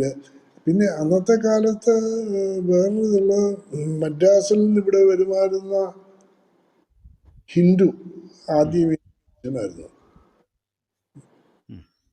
ദ മെയിൽ എന്ന് പറഞ്ഞ് മദ്രാസിൽ നിന്ന് തന്നെ ഇറങ്ങുന്ന ഇംഗ്ലീഷ് പത്രം. അതിനെ ദ മെയിൽ എന്നല്ല ഇവിടെ ആളുകൾ പറയുക, മദ്രാസ് മെയിൽ എന്നാണ് പറയുക. മെയിൽ എന്ന് പറയുന്ന പത്രം അത് അവസാനിക്കുന്നവരെ ഈവനിങ് എഡിഷനായിരുന്നു. അപ്പം അതിന് ഒരു വ്യത്യാസമുള്ളതെന്ന് വെച്ചാൽ ഈവനിങ് ആകുമ്പോഴത്തേക്ക് രാത്രി 7 മണിയാകുമ്പം മദ്രാസിൽ നിന്ന് കേരളത്തിലേക്ക് ഒരു ട്രെയിൻ ഉണ്ടാകും. അതിൽ ഈ പത്രക്കെട്ട് കയറ്റി അയക്കും. ഇവിടെ വരുമ്പോൾ നേരം വെളുക്കും. അപ്പം ഈ ഫലത്തിൽ ഹിന്ദുവും മെയിലും കേരളത്തിൽ മോർണിംഗ് എഡിഷൻസ് ആയിട്ടാണ് വിതരണം ചെയ്യപ്പെട്ടിരുന്നത്. പക്ഷെ അത് തലേദിവസം വൈകിട്ട് മദ്രാസിൽ ഇറങ്ങുന്ന ആ മുഴുവൻ പേജുകളും ചേർത്തുള്ള പേജുകളായിരുന്നു മോർണിംഗ് എഡിഷൻസ് ആയിട്ട് ഇവിടെ അപ്പീൽ ചെയ്യുന്നത്. അപ്പോൾ ഒരു കാലത്ത് ഈവനിങ് എന്ന് പറയുന്ന വ്യാപകമായ ഒരു സംഗതിയായിരുന്നു. പിന്നെ ഇതിൻ്റെ വിതരണത്തിനുള്ള റെസ്ട്രിക്ഷൻസ് കാരണം വൈകുന്നേരം ഈവനിങ് എഡിഷൻ എന്നും പറഞ്ഞ് ഉച്ചയ്ക്ക് നേരത്തെ അടിച്ചു വെച്ചിട്ടും കാര്യമില്ലല്ലോ. ഒരു 3:30-4 വരെയൊക്കെയുള്ള വാർത്തകൾ ഉണ്ടാവുള്ളൂ. 4 മണി കഴിഞ്ഞ് അച്ചടിച്ച് കേരളത്തിൻ്റെ വിവിധ ഭാഗങ്ങളിൽ അന്നത്തെ കാലത്ത് ഇങ്ങനെ ബസ്സുകളോ ലോറികളോ വാനുകളോ ഒന്നുമില്ലല്ലോ. അപ്പോൾ വളരെ അപൂർവമായിട്ട് ഓടുന്ന ബസ്സുകളിലൊക്കെ ഇത് എത്തിച്ചു കൊടുക്കുക. അന്ന് സ്വന്തമായ ഡെലിവറി വാനൊന്നും പത്രങ്ങൾക്കില്ല. പത്രങ്ങൾക്ക് കേരളത്തിൽ സ്വന്തമായ ഡെലിവറി വാനുകളൊക്കെ വന്നത് കോട്ടയത്ത് നിന്ന് 1959 കേരളധ്വനി എന്ന് പറയുന്ന ഒരു പത്രം ആരംഭിച്ചതിന് ശേഷമാണ്. ഡോക്ടർ ജോർജ് തോമസ് എന്ന് പറഞ്ഞ് പിന്നീട് കേരള രാഷ്ട്രീയത്തിലൊക്കെ നടന്നു നിന്ന, ആദ്യം കോൺഗ്രസിലും പിന്നെ സംഘടനാ കോൺഗ്രസിലും ഉണ്ടായിരുന്ന ഡോക്ടർ ജോർജ് തോമസ്, അദ്ദേഹം കല്ലുപ്പാറയിൽ നിന്ന് MLA ആയിരുന്നു. കല്ലുപ്പാറയിൽ നിന്ന് ആദ്യം അദ്ദേഹം കോൺഗ്രസിൻ്റെയും പിന്നെ കേരള കോൺഗ്രസിൻ്റെയും MLA ആയിട്ട് തിരഞ്ഞെടുക്കപ്പെട്ടു. പിന്നെ അദ്ദേഹം തിരിച്ച് കോൺഗ്രസിൽ വരികയും സംഘടനാ കോൺഗ്രസിൻ്റെ നേതാവാകുകയും ഒക്കെ ചെയ്തിരുന്നു. അദ്ദേഹത്തിന് അമേരിക്കയിൽ പ്രവർത്തിച്ച കാലത്ത് ഇവിടെ ഒരു കമ്മ്യൂണിസ്റ്റ് വിരുദ്ധ പത്രം തുടങ്ങാൻ വേണ്ടിയുള്ള സാമ്പത്തിക സഹായം പലരും പ്രോമിസ് ചെയ്തപ്പോൾ അതിന് അദ്ദേഹത്തിനുള്ള പ്രസ്സിനുള്ള കാശ് മുഴുവൻ അവിടെ ഒരു സംഘടന സംഭാവന ചെയ്ത. അപ്പം അങ്ങനെ ധാരാളം മണിപ്പൂറുമായിട്ടാണ് ജോർജ് തോമസ് ഇവിടെ വരുന്നത്. അപ്പം അദ്ദേഹം 2 കാര്യങ്ങൾ ചെയ്തു. ഒന്ന്, മറ്റു പത്രങ്ങളിലെല്ലാം വ്യാപക പരസ്യം ചെയ്തു. അന്ന് പത്രങ്ങൾക്ക് അങ്ങനെ പരസ്യം ചെയ്യാനുള്ള കാശൊന്നുമില്ല. ഇദ്ദേഹം മനോരമയുടെയൊക്കെ 1-ാം പേജിൽ തുടർച്ചയായ ദിവസങ്ങളിൽ ഇങ്ങനെ കേരളധ്വനി എന്ന് പറയുന്ന ഒരു പത്രം വരുന്നു, നിങ്ങൾക്ക് എല്ലാ ദിവസവും വായിക്കാനുള്ള സൗകര്യം ചെയ്തുകൊണ്ട് എന്ന് പറഞ്ഞാൽ അന്ന് മലയാളത്തിൽ ദിനപത്രങ്ങൾ ഉണ്ടായിരുന്നു പറയുന്നു എന്നുള്ളൂ. എല്ലാ ദിവസവും പത്രമില്ലായിരുന്നു. തിങ്കളാഴ്ച പത്രമില്ലായിരുന്നു. ഞായറാഴ്ച പത്രം ഓഫീസിന് അവധിയായിരുന്നു. അതിൻ്റെ ഒരു കാരണം എന്താണെന്ന് വെച്ചാൽ അന്നത്തെ പത്രങ്ങളിൽ കൂടുതലും ക്രിസ്ത്യൻ ഓണർഷിപ്പിലുള്ളതായിരുന്നു. അപ്പൊ ക്രിസ്ത്യാനികളൊക്കെ അന്ന് ഞായറാഴ്ച ജോലിയൊന്നും ചെയ്യരുത്, പള്ളിയിൽ പോകണം, ബൈബിൾ വായിക്കണം, ഇങ്ങനത്തെ കാര്യങ്ങളെ ചെയ്യാവൂ എന്നാണ് സങ്കല്പം. അപ്പൊ അന്ന് പത്രാഫീസിൽ പോയി ജോലി ചെയ്യുന്നൊരു ശരിയല്ല എന്നുള്ളത് കൊണ്ട് അന്ന് പത്രം വേണ്ട എന്ന് ഈ മാനേജ്മെന്റ് തീരുമാനിക്കുകയായിരുന്നു. അങ്ങനെ തിങ്കളാഴ്ച പത്രം ഉണ്ടാവില്ല. അപ്പോഴാണ് ജോർജ് തോമസ് പറയുന്നത്, ഞാൻ 7 ദിവസവും പത്രമുണ്ട്, നിങ്ങൾക്ക് എല്ലാ ദിവസവും പത്രം വായിക്കാം. അതപ്പോൾ ഒരു ഭയങ്കരമായ ഇതായിരുന്നു. അപ്പം മനോരമ ഇതുപോലെ പത്രം ഇറങ്ങിയ ആദ്യത്തെ ആഴ്ച ഒന്ന് വെയിറ്റ് ചെയ്തു, തിങ്കളാഴ്ചത്തെ റിയാക്ഷൻ. അപ്പോൾ കുറേ ആളുകൾ കേരളത്തിലേക്ക് മാറി, എന്നാലും വലിയ ഭീകരം. പക്ഷെ പിറ്റേ ആഴ്ച ആയപ്പോൾ എല്ലാ ദിവസവും പത്രം എന്ന് പറയുന്ന ഒരു നല്ല കാര്യമാണെന്ന് കണ്ട് കുറേ ആളുകളൂടെ കേരളത്തിലേക്ക് പോയി. മൂന്നാമത്തെ ആഴ്ചയായപ്പോൾ വീണ്ടും മനോരമയുടെ സർക്കുലേഷനെ അത് ബാധിച്ചപ്പോഴാണ് മനോരമ ഇത് നമ്മളും 7 ദിവസം ഇറക്കിയെങ്കിലേ രക്ഷയുള്ളൂ എന്നുള്ളൊരു തീരുമാനത്തിലെത്തി. അങ്ങനെ തീരുമാനത്തിലെത്തി അത് അനൗൺസ് ചെയ്യുന്നതിന് പകരം ചില സുപ്രധാന വാർത്തകൾ നാളെ പ്രതീക്ഷിക്കുന്നത് കൊണ്ട് നാളെയും പത്രം ഉണ്ടാവുന്നതാണ്. ഏജന്റുമാർ പതിവ് സ്ഥലത്ത് പതിവ് സമയത്ത് കാത്തിരുന്ന് കെട്ടുമേടിക്കണമെന്ന് ഏജന്റുമാർക്കൊരു അറിയിപ്പ് അയച്ചു. അപ്പൊ ഈ അറിയിപ്പ് പിറ്റേ ആഴ്ച ഇത് ആവർത്തിച്ചു. ഇങ്ങനെ 2 ആഴ്ച ആവർത്തിച്ചപ്പോൾ ഈ തിരുവല്ലായിൽ ഞാനീ പറഞ്ഞ PP വർഗീസിന്റെ ആഫീസിൽ ചെന്ന് ഇതൊക്കെ നമുക്ക് കാണാൻ അവസരമുണ്ട്. അപ്പൊ ഈ ഏജന്റുമാർക്ക് വരുന്ന സർക്കിളിലും ഒക്കെ നമ്മൾ കാണുന്നുണ്ട്. അപ്പൊ ഞങ്ങളെല്ലാം കൂടി ഒരു കഥയുണ്ടാക്കി. നാളെ ചില സുപ്രധാന വാർത്തകൾ പ്രതീക്ഷിക്കുന്നതിനാലെന്നാണല്ലോ പറഞ്ഞിരിക്കുന്നത്. അപ്പൊ അവരുടെ ആഫീസില് ഏതെങ്കിലും ഒരു ഗണകൻ ഉണ്ടായിരിക്കും. അദ്ദേഹം ഗണിച്ചു പറഞ്ഞിട്ടുണ്ടാവും നാളെ ഒരു പ്രധാന വാർത്ത വരും, അതുകൊണ്ട് ഉണ്ടാകുന്നത് നല്ലതാണെന്ന്. എന്നിങ്ങനെ അവരുടെ പത്രാധിപ സമിതിയിൽ ഒരു കണിയാനുണ്ടെന്നും പറഞ്ഞൊക്കെ ഞങ്ങൾ കളിയാക്കി കഥകളൊക്കെ പറയുമായിരുന്നു. ഇതെല്ലാം കഴിഞ്ഞ് 1960 എന്നെ മനോരമയിൽ നിയമിച്ച് എന്നെ KM സാർ ഒരാളെയും കൂട്ടി എഡിറ്റോറിയൽ ഡിപ്പാർട്ട്മെന്റിൽ ബാബു ചെങ്ങന്നൂരിനെ ചെന്ന് കാണാനായിട്ട് എന്നെ അയക്കുക. ഞാൻ എഡിറ്റോറിയൽ റൂമിലേക്ക് കയറുമ്പോൾ ആദ്യം കാണുന്ന പത്രാധിപര് കൊടുപ്പുന്ന ഗോവിന്ദഗണൻ സാർ. മലയാളത്തിലെ സകല ഇതിന്റെ ആചാര്യനായ, മലയാള ഭാഷയുടെ, സംസ്കൃതത്തിന്റെ, ഈ ഗണനത്തിന്റെ, ഭാവി പ്രവചനത്തിന്റെ ഒക്കെ ആളായ കൊടുപ്പുന്ന ഗോവിന്ദഗണൻ മനോരമയിലെ പത്രാധിപ സമിതിയിൽ അന്നുണ്ട്. അപ്പൊ ഞാൻ ഇത് ഓർത്ത് ചിരിക്കാറുണ്ട്. ദൈവമേ, ഞങ്ങളൊക്കെ കളിയാക്കി ഒരു കഥ ഉണ്ടാക്കിയിട്ടത് അവസാനം ഈ പറഞ്ഞതുപോലെ ആയിപ്പോയല്ലോ, പോലെ. അപ്പൊ അങ്ങനെ കേരളത്തിന് വന്നതിന് ശേഷമാണ് കേരളത്തിന് അപ്പൊ എന്ത് ചെയ്തു, എല്ലാ സ്ഥലത്തും കൃത്യമായി എത്തിക്കാൻ വേണ്ടി സ്വന്തം ഡെലിവറി വാനുകൾ മേടിച്ചു. അപ്പൊ അതൊരു ഭയങ്കര ഇൻവെസ്റ്റ്മെന്റാണ്. കാരണം ഇവിടെ നിന്ന് തിരുവനന്തപുരത്തേക്ക് പത്രം അയക്കാൻ വേണ്ടി കോട്ടയത്ത് നിന്ന് രാത്രിയിൽ എല്ലാ ദിവസവും ഒരു വാൻ ഓടിക്കുക. അത് തിരുവനന്തപുരത്തേക്ക് മാത്രം ഓടിച്ചാൽ പോരല്ലോ, കൊച്ചിയിലേക്ക് ഓടിക്കണം, ഇടുക്കിയിലേക്ക് ഓടിക്കണം, ആലപ്പുഴയ്ക്ക് ഓടിക്കണം, പിന്നെ ഒക്കുകയാണെങ്കിൽ തൃശ്ശൂരിന് അപ്പുറത്തേക്കും വാൻ ഓടിക്കണം. ഇതിനൊക്കെയുള്ള സാമ്പത്തിക സൗകര്യമായിട്ടാണ് ജോർജ് തോമസ് വരുന്നത്. അപ്പൊ അന്ന് വരെ മനോരമ സ്വന്തമായ വാഹനത്തിൽ ഒരിടത്തും പത്രം അയച്ചിരുന്നില്ല. കോട്ടയം ടൗണിൽ റെയിൽവേ സ്റ്റേഷനിലേക്ക് കൊണ്ടുപോകാനോ ബസ് സ്റ്റേഷനിലേക്ക് കൊണ്ടുപോകാനൊക്കെ വണ്ടി ഉപയോഗിക്കുകയെന്നല്ലാതെ ദീർഘദൂര ഓട്ടങ്ങൾക്ക് സ്വന്തം വണ്ടി ഉപയോഗിച്ചു തുടങ്ങിയ ആദ്യത്തെ ആള് ഡോക്ടർ ജോർജ് തോമസും കേരളധ്വനിയുമാണ്. തുടർന്ന് മനോരമയ്ക്കും മാതൃഭൂമിക്കും ഒക്കെ നിവൃത്തിയില്ലാഞ്ഞ് ഓരോ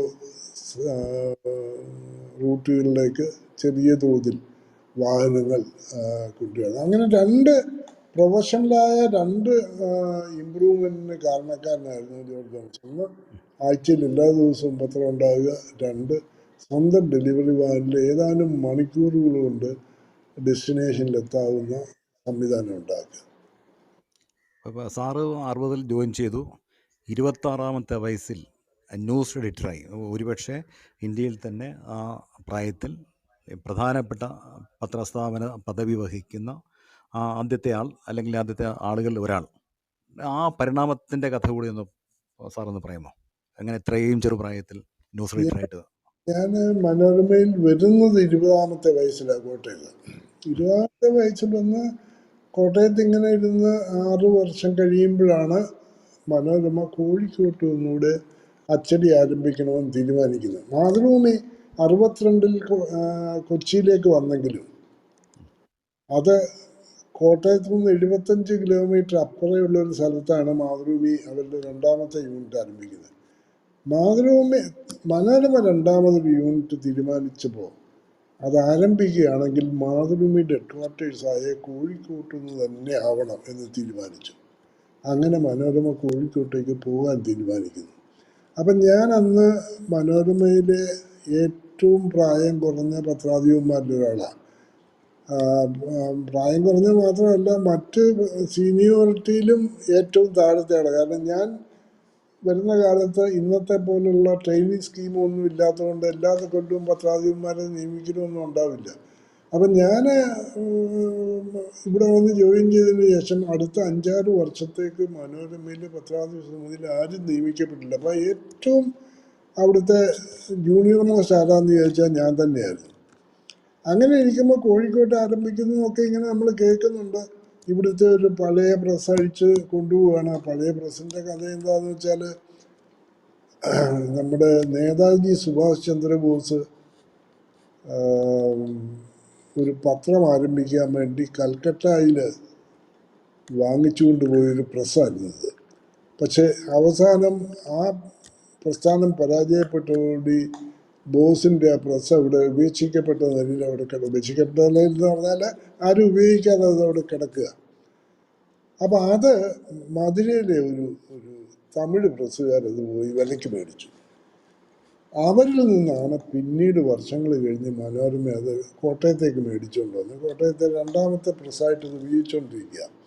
അപ്പോൾ കോട്ടയത്ത് ഒരു പുതിയ പ്രസ് വന്നതിലേ പറ്റുള്ളൂ എന്നുള്ള സ്ഥിതി വന്നപ്പോഴാണ് ഈ പഴയ പ്രസ് ഇവിടുന്ന് അഴിച്ചുകൊണ്ട് കോഴിക്കോട്ട് പോവുക. അപ്പോൾ മാതൃഭൂമിയുടെ ഹെഡ്ക്വാർട്ടേഴ്സിലേക്കാണ് പോകുന്നത് നേതാജി സുഭാഷ് ചന്ദ്ര ബോസിൻ്റെ കാലത്തെ കൈമറിഞ്ഞ് കിട്ടിയ ഒരു പഴയ പ്രസ്, തുക്കട പ്രസ്, ഇതുമായിട്ടാണ് നമ്മൾ പോകുന്നത്. അന്നല്ല ഹാൻഡ് കമ്പോസിങ്ങാണ്.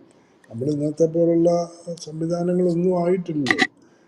അപ്പോൾ അക്ഷരങ്ങൾ ഇങ്ങനെ പെറുക്കിയെടുത്ത് കോളം കമ്പോസ് ചെയ്ത് 8 കോളമുള്ള പേജുകളാക്കി ഇങ്ങനെ അച്ചടിച്ചുകൊണ്ടിരിക്കുന്ന കാലത്ത്, അപ്പം അങ്ങനെ ചെയ്തുകൊണ്ടിരുന്ന ഒരു ഘട്ടത്തിലാണ് കോഴിക്കോട്ട്. അപ്പോൾ കോഴിക്കോട്ടേക്ക് പോകാനായിട്ട് പലരും ആഗ്രഹിച്ചവരുണ്ട്. ഞാൻ നേരത്തെ പറഞ്ഞ KP കരുണാകര പിഷാരടി സാറ് പട്ടാമ്പിക്കാരനായതുകൊണ്ട് അദ്ദേഹത്തിന് കോഴിക്കോടൊക്കെ നന്നായിട്ട് അറിയാവുന്ന ആളാണ്. അദ്ദേഹത്തിന് പോകണമെന്ന് ആഗ്രഹമുണ്ടായിരുന്നു. CP ശ്രീധരൻ എന്നും പറഞ്ഞ സാഹിത്യലോകത്ത് പിന്നീട് വളരെ അറിയപ്പെട്ട എഴുത്തുകാരനും സാഹിത്യ പ്രവർത്തന സഹകരണ സംഘത്തിൻ്റെയും സാഹിത്യ പരിഷത്തിൻ്റെയും ഒക്കെ നേതാവുമൊക്കെ ആയിരുന്ന CP ശ്രീധരൻ. അദ്ദേഹം പയ്യന്നൂരുകാരനാണ്. കോഴിക്കോട്ട് മനോരമയുടെ ലേഖകനായിരുന്നു. പിന്നീടാണ് കോട്ടയത്ത് വന്ന് അദ്ദേഹം പത്രാധിപ സമിതിയിലെ അംഗമാകുന്നത്. അദ്ദേഹത്തിന് പോകണമെന്ന് ആഗ്രഹമുണ്ടായിരുന്നു. ഇവർ രണ്ടുപേരും ഇതിനു വേണ്ടിയുള്ള ചരടുവലികളൊക്കെ നടത്തുന്നുണ്ടായിരുന്നു. പക്ഷെ മാനേജ്മെൻറ്റ് ആരെ അയക്കുക എന്നുള്ളതിനെ പറ്റി ഒരു തീരുമാനവും പുറത്തു വിട്ടിരുന്നില്ല. പത്രം തുടങ്ങുന്നതിന് 1 മാസം മുമ്പ് ഇവിടെ നിന്ന് ആളുകളെ തിരഞ്ഞെടുത്ത് അയക്കുന്ന ഒരു ഘട്ടം എത്തിയപ്പോൾ എന്നെ വിളിച്ച് ഞാനാണ് അവിടെ പോകുന്നത് എന്ന് പറഞ്ഞു. കൂടെ ജോലി ചെയ്യാനായിട്ട് മറ്റു പത്രം റിക്രൂട്ട് ചെയ്ത 4 പേരൂടെ ഉണ്ടാവും. ഞാനും 5 പേര് ഇവിടുന്ന് ചെല്ലും. KR ചുമ്മാർ അവിടെ ലേഖകനായിട്ടുണ്ട്. ജോയി ശാസ്താംപടിക്കൽ അവിടെ ലേഖകനായിട്ടുണ്ട്. അവരുടെ സേവനം കൂടെ കിട്ടും. അങ്ങനെ ഞങ്ങൾ 7 പേര്. പിന്നെ KG നെടുങ്ങാടി എന്ന് പറഞ്ഞ് മനോരമയിൽ നിന്ന് നേരത്തെ പോയി പിന്നീട് ഡക്കാൻ ഹെറാൾഡ് ലേഖകനായിട്ട് കോഴിക്കോട്ട് മടങ്ങി വന്ന KG നെടുങ്ങാടി. ഇങ്ങനെ 8 പേര് കോഴിക്കോട്ടുണ്ടാവും. അപ്പോൾ എന്നോട് പറഞ്ഞു ഞാനായിരിക്കും പിന്നീട് അവിടെ ന്യൂസ് എഡിറ്റർ ആകുക. അപ്പോൾ എൻ്റെ കൂടെ ജോലി ചെയ്യുന്നവരെല്ലാം എന്നൊക്കെ പ്രായമുള്ളവരാണ്. ആ ഒരു ബഹുമാനവും കരുതലോടും കൂടിയേ അവരോട് ഇടപെടാവൂ എന്ന് മാത്രം KM സാർ പറഞ്ഞു. അല്ലാതെ ഞങ്ങൾക്കൊരു ടാർഗറ്റ് തരികയോ ഒന്നും അദ്ദേഹം ചെയ്തില്ല. ആകെ പറഞ്ഞ ഇത്ര മാത്രം, നിങ്ങളൊന്ന് പോയി അവിടെ പത്രം ഇറക്കാമോ എന്ന് നോക്ക്. 4-5 വർഷം കഴിഞ്ഞ് ഒരു ആത്മവിശ്വാസമൊക്കെ വരുന്ന കാലത്ത് നമുക്ക് മാതൃഭൂമിയെ പിടിച്ചൊന്ന് കുലുക്കാമോ എന്ന് അന്ന് ശ്രമിച്ചു നോക്കാം എന്ന് പറഞ്ഞ് അദ്ദേഹം ഞങ്ങളെ അയച്ചെങ്കിലും അന്നത്തെ സാഹചര്യങ്ങളെ ഫലപ്രദമായിട്ട് ഉപയോഗിച്ചുകൊണ്ടും വ്യത്യസ്തമായ ഒരു പത്രം നൽകിയതുകൊണ്ടും 3-ാമത്തെ വർഷമായപ്പോൾ തന്നെ ഞങ്ങൾ കോഴിക്കോട്ട് മാതൃഭൂമിയുടെ മുന്നിലെത്തി.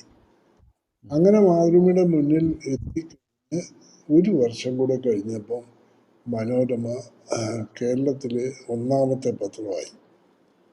ആ 1-ാമത്തെ പത്രമായ ആ സ്ഥിതി തന്നെ ഇപ്പോഴും തുടരുന്നു. ഇപ്പോഴും കേരളത്തിലെ 1-ാമത്തെ പത്രം മനോരമയാണ്. തുടക്കം എല്ലാം കോഴിക്കോട്ട് നിന്നായിരുന്നു. അതിനുണ്ടായിരുന്ന ഒരു പ്രധാന കാരണം വളരെ ചെറുപ്പക്കാരുടേതായ ഒരു യൂണിറ്റ് ആയിരുന്നു, അല്ലെങ്കിൽ ചെറുപ്പമായി ചിന്തിക്കുന്ന ആളുകളുടെ ഒരു യൂണിറ്റ് ആയിരുന്നു. ഏത് വാർത്തയും വ്യത്യസ്തമായി കൈകാര്യം ചെയ്യാനായിട്ടുള്ള സിദ്ധിയുള്ളവരായിരുന്നു അവിടെ ജോലി ചെയ്ത എല്ലാ ആളുകളും.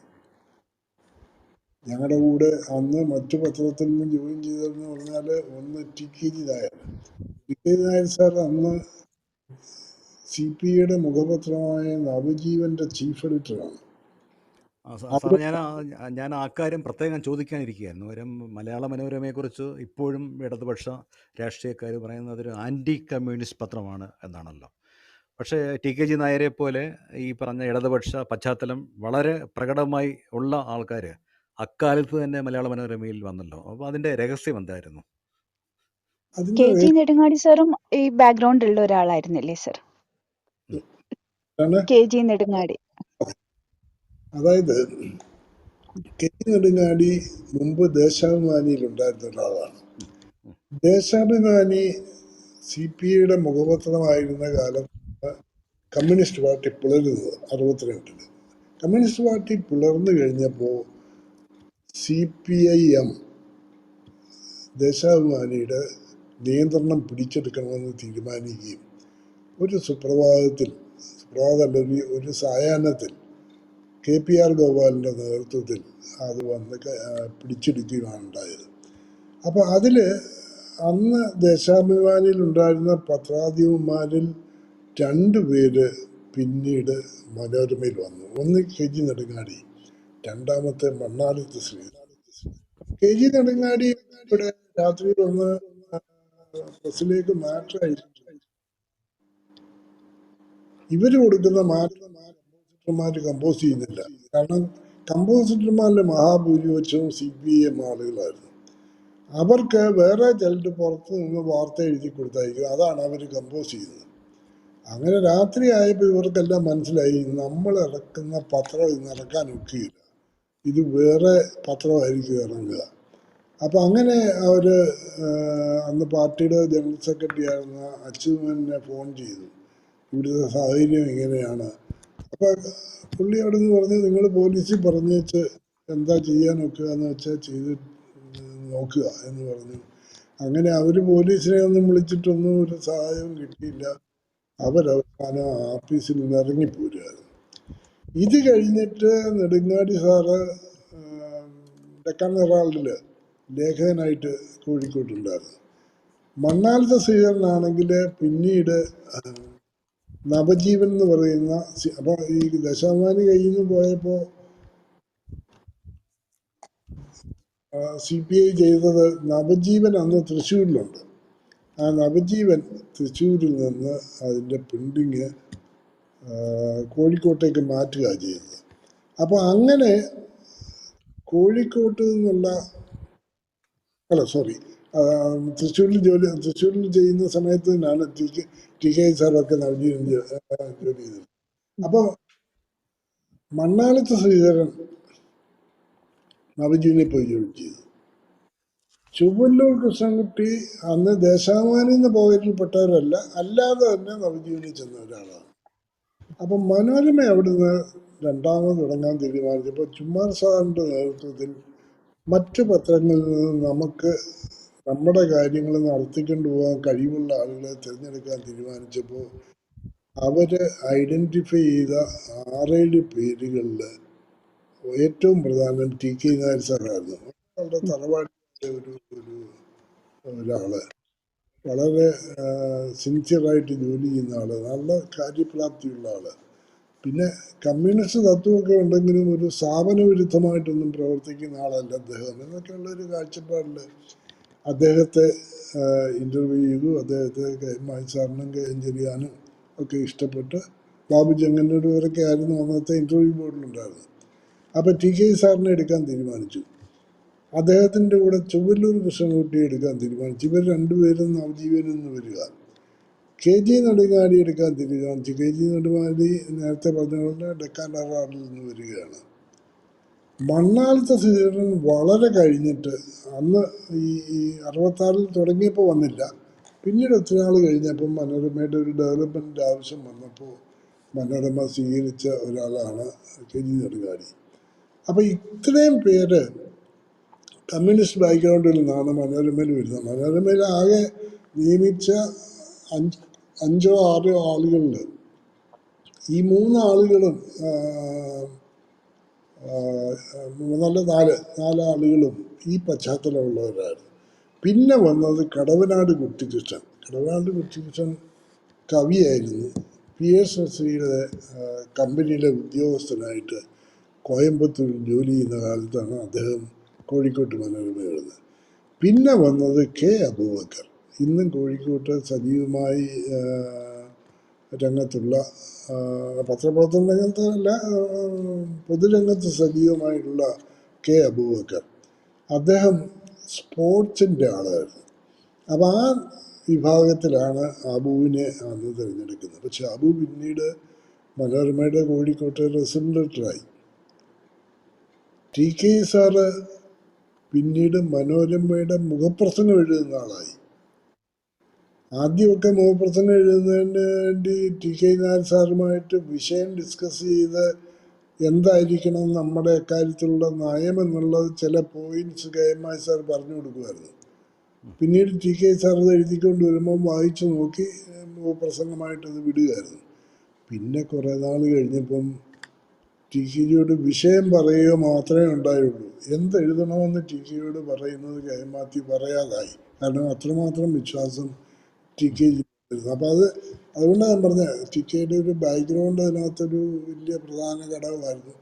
ടി കെ ജി അങ്ങനെ വന്നതുകൊണ്ട് തന്നെ ടി കെ ജി നെടുങ്ങാടിയും മണ്ണാലത്തും ചൊവ്വല്ലൂരും ഒക്കെ വന്നതുകൊണ്ട് ഇതിന് പുറമെ കമ്മ്യൂണിസ്റ്റ് ബാക്ക്ഗ്രൗണ്ടുള്ള വേറെ ആളുകൾ മനോരമ വന്നു. എ ഡി വർഗീസ് എന്നും പറഞ്ഞ് കമ്മ്യൂണിസ്റ്റ് പാർട്ടിയുടെ വളരെ ഒരു താത്വിക കാര്യങ്ങളിലൊക്കെ നിലപാടെടുക്കുന്ന ഒരാളായിരുന്നു തൃശ്ശൂരിൽ നിന്നുള്ള എ ഡി വർഗീസ്.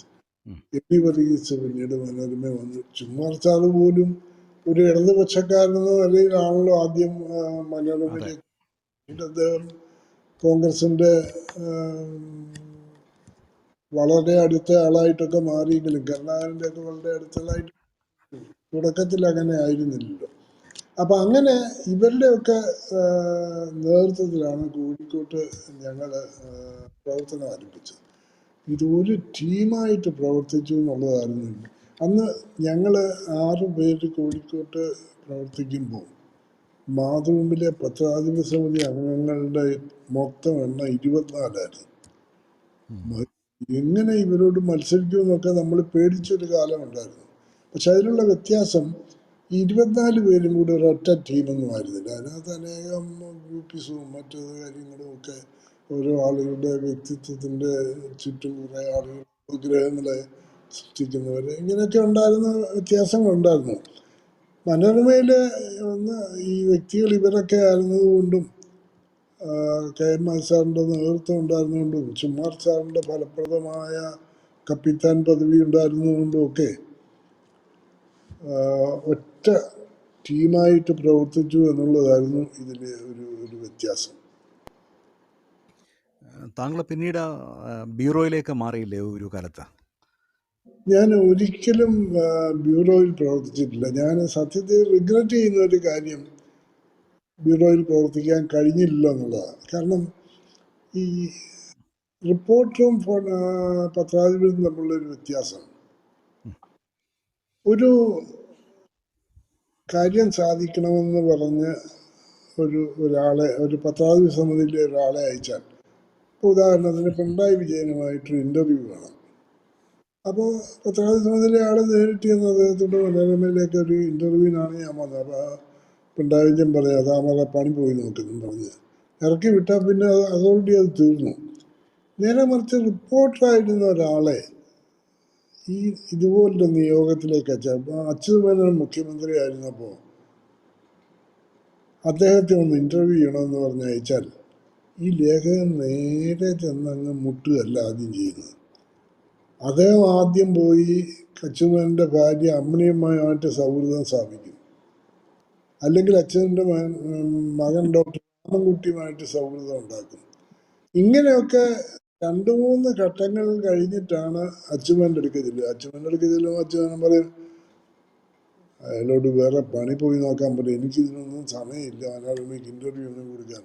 അപ്പം അമ്മിണിയമ്മ പറഞ്ഞാൽ അയാൾ എത്ര ദിവസമായിട്ട് ഇതിൻ്റെ പുറകെ നടക്കുന്നു, അയാൾക്കും അയാളുടെ ജോലി ചെയ്ത് എന്തെങ്കിലും ഒരു നിലയിലെത്തണ്ടേ, അതുകൊണ്ട് ഒരു 10 മിനിറ്റ് എങ്ങനെയും അല്ലെ രാമൻകുട്ടി എന്ന് പറയുന്നത്. അപ്പം ഒരു റിപ്പോർട്ടറാണ് പോകുന്നതെങ്കിൽ അയാൾ ഒരു നോ എന്നുള്ള ആൻസർ സ്വീകരിക്കാതെ ഒരു കുറഞ്ഞ പക്ഷം ഒരു 3 വഴിയെങ്കിലും വെട്ടിത്തുറന്നേച്ച് അയാൾ അവിടെ ചെല്ലുള്ളൂ. അപ്പം പ്രായോഗികമായ അനുഭവത്തിലൂടെ ഒരു റിപ്പോർട്ടർക്ക് കൈവരുന്ന ഈ കൗശലങ്ങൾ ഒരു പത്രാധിപ സമിതിയിൽ ഇരിക്കുന്ന ഒരാൾക്ക് ഉണ്ടാകണമെന്നില്ല. അപ്പം അതുകൊണ്ട് റിപ്പോർട്ടറായിട്ട് ജോലി ചെയ്യണമായിരുന്നു എന്നുള്ളത് എൻ്റെ ഒരു വലിയ ആഗ്രഹങ്ങളിലൊന്നാണ്. പക്ഷെ റിപ്പോർട്ടർമാരെ എല്ലാം ഡയറക്റ്റ് ചെയ്യാൻ എനിക്ക് പിന്നീട് കഴിഞ്ഞെങ്കിലും, ഡയറക്റ്റ് ചെയ്യുന്ന ഞാനൊരു ഉന്നത സ്ഥാനത്ത് നിന്ന് ചെയ്യുന്നുള്ള അർത്ഥത്തിലല്ല ഞാൻ പറയുന്നത്, കൂട്ടായി ചിന്തിച്ച് അവരെ അങ്ങനെ നയിക്കാനായിട്ട് കഴിഞ്ഞു എന്നുള്ളതുണ്ടെങ്കിലും ഞാൻ ഒരിക്കലും ഒരു ബ്യൂറോയിൽ പ്രവർത്തിച്ചിട്ടില്ല. എന്ന് വെച്ച് റിപ്പോർട്ട് ചെയ്യാൻ പോയിട്ടില്ലെന്നല്ല, പല കാര്യങ്ങൾക്കും റിപ്പോർട്ട് ചെയ്യാൻ പ്രധാനമന്ത്രിയോട് പോയിട്ടുണ്ട്, പ്രധാനമന്ത്രിയുടെ പ്രസംഗം റിപ്പോർട്ട് ചെയ്തിട്ടുണ്ട്, അല്ലെങ്കിൽ ഒരു വലിയ അപകടം റിപ്പോർട്ട് ചെയ്യാൻ പോയിട്ടുണ്ട്, അതൊക്കെ നമ്മൾ ചെയ്തിട്ടുണ്ട്. പക്ഷെ സ്ഥിരമായ ഒരു റിപ്പോർട്ടർ ബീറ്റിൽ നമ്മൾ ഒരിക്കലും ഉണ്ടായിട്ടില്ല. താങ്കളുടെ മാധ്യമ ജീവിതത്തിലെ കൊച്ചിയിലെ ഒരു കാലഘട്ടമില്ലേ സമ്പന്നമായിട്ടുള്ള? അതായത് മനോരമ കോഴിക്കോട്ട് നിന്ന് 66-ൽ പ്രവർത്തനം ആരംഭിച്ച് ഒരു 79 ആയപ്പോൾ വികസനത്തിൻ്റെ അടുത്ത ഘട്ടമായിട്ട് കൊച്ചിയിൽ വരണമെന്ന് തീരുമാനിച്ചു. അന്ന് ചുമ്മാർ സാറിന് ട്രിവാൻഡ്രത്താണ്. ചുമ്മാർ സാറിന് മനോരമയോട് ഭയങ്കരമായിട്ട് കലഹിച്ച 2 അവസരങ്ങൾ അതായിരുന്നു. 2 അവസരങ്ങളിൽ ഒന്ന്, മനോരമ വീക്ക് ആരംഭിച്ചപ്പോൾ അദ്ദേഹം പറഞ്ഞു ഇപ്പം വീക്ക് ആരംഭിക്കുകയല്ലായിരുന്നു വേണ്ടി, തിരുവനന്തപുരത്ത് നിന്ന് അച്ചടി മനോരമ ആരംഭിക്കുകയായിരുന്നു വേണ്ടി എന്നൊക്കെ പറഞ്ഞ് ചുമ്മാർ സാർ ആകുന്നു നോക്കിയിട്ട് ഇംഗ്ലീഷ് ജേർണലിസ്റ്റിലേക്കുള്ള ഒരു എൻട്രി ആയിട്ട് വീക്ക് ആരംഭിക്കാൻ തീരുമാനിച്ചു. രണ്ടാമത്തെ, അത് ക്രോണോളജിയിൽ പറഞ്ഞാൽ ആദ്യം കൊച്ചിയിൽ മനോരമ ആരംഭിക്കുന്നതാണ്. 79 കൊച്ചിയിൽ നിന്ന് മനോരമ ആരംഭിക്കാൻ തീരുമാനിച്ചപ്പോൾ ചുമ്മാർ സാറ് കൊച്ചിയിൽ നിന്നല്ല തിരുവനന്തപുരത്ത് ആരംഭിക്കേണ്ടതെന്ന് പറഞ്ഞ് വലിയ ഒച്ചപ്പാടും ആവേശമൊക്കെ ഉണ്ടാക്കിയെങ്കിലും മാനേജ്മെൻറ്റ് കൊച്ചിയാണ് നമുക്ക് പിടിച്ചെടുക്കേണ്ട ആദ്യത്തെ പ്രദേശം, ഇത് കേരളത്തിൻ്റെ കൊമേഴ്ഷ്യൽ ക്യാപിറ്റൽ ആകാൻ പോവുകയാണ്, അതിനു മുമ്പ് നമ്മളവിടെ വേരുറപ്പിക്കണമെന്ന് പറഞ്ഞ് കൊച്ചിയിലേക്ക് പോവുമായിരുന്നു. അപ്പോൾ അത് 79 അങ്ങനെ തീരുമാനിച്ചപ്പോൾ കൊച്ചിയിലേക്ക് എന്നെ മാറ്റാൻ തീരുമാനിച്ചു. അങ്ങനെ ഞാൻ കൊച്ചിയിലെത്തുന്നു. 59 കഴിഞ്ഞ് ചുമ്മാർ സാറിൻ്റെ ആഗ്രഹം പ്രകാരം മനോരമ തിരുവനന്തപുരത്ത് എത്താൻ തീരുമാനിക്കുന്നത് 1987. 87 തിരുവനന്തപുരത്ത് ആരംഭിക്കാൻ തീരുമാനിച്ചപ്പോൾ ഇതുപോലെ അവിടേക്കും പോകാൻ എന്നെ നിയോഗിക്കാനായിട്ടാണ് മാനേജ്മെൻറ്റ് തീരുമാനിച്ചത്. അങ്ങനെ പോകാൻ ഞാനും തയ്യാറായിരിക്കുന്ന സമയത്താണ് ടെക്നോളജി മൊത്തം മാറി. എന്ന് വെച്ചാൽ എല്ലാ കാര്യങ്ങളും കോട്ടയത്തിരുന്ന് തന്നെ ചെയ്യാനൊക്കുന്ന ഒരു സ്ഥിതി. പത്രത്തിൻ്റെ പേജ് തന്നെ അപ്പാടെ തിരുവനന്തപുരത്തെ മുഴുവൻ പേജുകളും കോട്ടയത്ത് തയ്യാറാക്കി കോട്ടയത്ത് നിന്ന് സിസ്റ്റം തിരുവനന്തപുരത്ത് നിന്ന് അച്ചടിക്കാമെന്നുള്ള ടെക്നോളജി വന്നു. ഫാസിലിറ്റി ആയിട്ട് പേജുകൾ അയക്കാമെന്നുള്ളത്. അപ്പം അതോടുകൂടി ഞാൻ തിരുവനന്തപുരത്തേക്ക് പോകേണ്ട, കൊച്ചിയിൽ നിന്ന് കോട്ടയത്ത് വന്നാൽ മതി, കോട്ടയത്ത് ഇരുന്നുകൊണ്ട് ഇത് ചെയ്യാം. പിന്നെ മനോരമ തുടങ്ങിയ യൂണിറ്റുകളുടെ ആദ്യ ഘട്ടം കോട്ടയത്ത് നിന്ന് പേജുകൾ തയ്യാറാക്കുന്ന ഒരു ഇടക്കാലമായിരുന്നു. ഇന്ന് എല്ലാ സ്ഥലത്തും അതത് സ്ഥലത്തെ 1-ാം പേജ് മുതൽ പ്രാദേശിക പേജ് മുതൽ പല പേജുകളും. ഇപ്പം എഡിറ്റോറിയൽ പേജോ സ്പോർട്സ് പേജോ മറ്റോ മാത്രമേ ഉണ്ടായിരിക്കുള്ളൂ അവിടെ ചെയ്യാത്തത്. ബാക്കിയെല്ലാം അവിടെ ചെയ്യുന്ന ഒരു സ്ഥിതിയിലേക്ക്. അപ്പോൾ അതിനുശേഷം ഈ പേജുകൾ ഇങ്ങനെ അയക്കാനുള്ള ഒരു സംവിധാനം വന്നു. പിന്നെ ഈ ടെലിഫോണിലുള്ള ഈ ടെക്നോളജിയുടെ വികാസം, ഫോട്ടോ അയക്കുന്നതിനുള്ള ഒരു പണ്ടൊക്കെ ഡൽഹിയിൽ നിന്നൊരു പടം ഇവിടെ കിട്ടണമെങ്കിൽ 3-ാം ദിവസമേ കിട്ടുകയുള്ളൂ ഉണ്ടായിരുന്നു. നമ്മൾ ഡൽഹിയിൽ നിന്ന് ആ പ്ലെയിനെ ടിക്കറ്റ് എടുത്ത് നമ്മൾ തന്നെ പടമായിട്ട് ഇവിടെ വരണമായിരുന്നു. അതൊക്കെ മാറി ലോകത്തെവിടെ 3 മിനിറ്റ് മുമ്പ് നടക്കുന്ന സംഭവം ഇപ്പോൾ നമ്മുടെ പേജിൽ വെച്ച് അച്ചടിച്ചു തുടങ്ങാമെന്നുള്ളൊരു സ്ഥിതിയിലേക്ക് കാര്യങ്ങൾ പുരോഗമിച്ചതോടുകൂടി ടെക്നോളജിയുടെ ഈ ഇങ്ങനെയുള്ള ഈ കടന്നുകയറ്റമായിരുന്നു നമ്മളെ അത്ഭുതപ്പെടുത്തിയ ഈ വികാസം കാരണം. മലയാള പത്രങ്ങൾക്ക് 25 ലക്ഷമൊക്കെ പ്രചാരം ഉണ്ടാകുന്ന ഒരു കാലം വന്നത് ഈ ടെക്നോളജിയുടെ വികാസം കൊണ്ട്. അല്ലാതെ പത്രാധിപന്മാരുടെ മികവാണെന്ന് ഞാൻ പറയില്ല. എല്ലാ കാര്യങ്ങളും നമ്മൾ ആഗ്രഹിക്കുന്നതിനേക്കാൾ വേഗത്തിൽ ചെയ്യാൻ കഴിയുന്ന ടെക്നോളജി ലഭ്യമായി എന്നുള്ളതായിരുന്നു ഇതിൻ്റെ ഒരു കാരണം.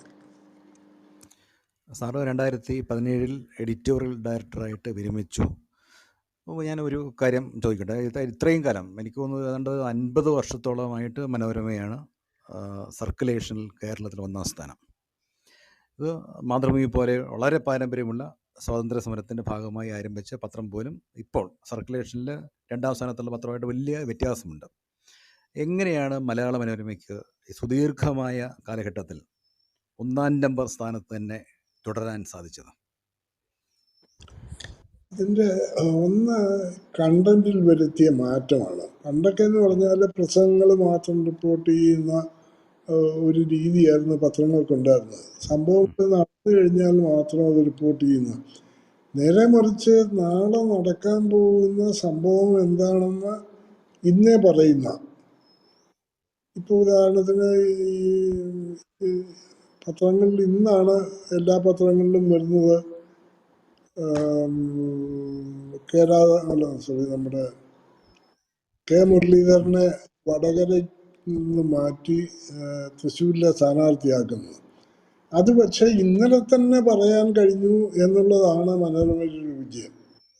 അത് നടക്കാൻ പോകുന്ന കാര്യങ്ങൾ നടക്കുന്നതിനും അനൗൺസ് ചെയ്യുന്നതിനും മുമ്പ് തന്നെ അതിനെപ്പറ്റി, അതായത് വീട് കിട്ടുന്നതല്ല വാർത്ത, അന്വേഷിച്ച് കണ്ടുപിടിക്കുന്നത് മാത്രമാണ് വാർത്ത എന്നുള്ളൊരു നയം മനോരമ സ്വീകരിച്ചു. നമ്മൾ പോയി അന്വേഷിച്ചാൽ കണ്ടുപിടിക്കാൻ കഴിയാത്ത കാര്യങ്ങൾ വളരെ കുറവാണ്. ചില കാര്യങ്ങളൊക്കെ നമ്മൾ വിചാരിച്ചാൽ കിട്ടുകയില്ലായിരിക്കും. ബാക്കി പലതും സാഹചര്യ തെളിവ് നമുക്ക് കിട്ടും എന്നുള്ളൊരു വിശ്വാസത്തോടുകൂടി വാർത്തയെ അങ്ങനെ ഹാൻഡിൽ ചെയ്യാൻ കഴിഞ്ഞു എന്നുള്ളത്.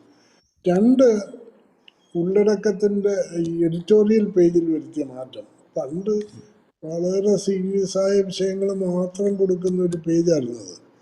അവിടേക്ക് മിഡിലുകൾ കൊണ്ടുവന്നു, നർമ്മലേഖനങ്ങൾ കൊണ്ടുവന്നു. തിങ്കളാഴ്ചകളിൽ രാഷ്ട്രീയ ഹാസ്യം ഉള്ള ഒരു പന്തി തുടങ്ങി.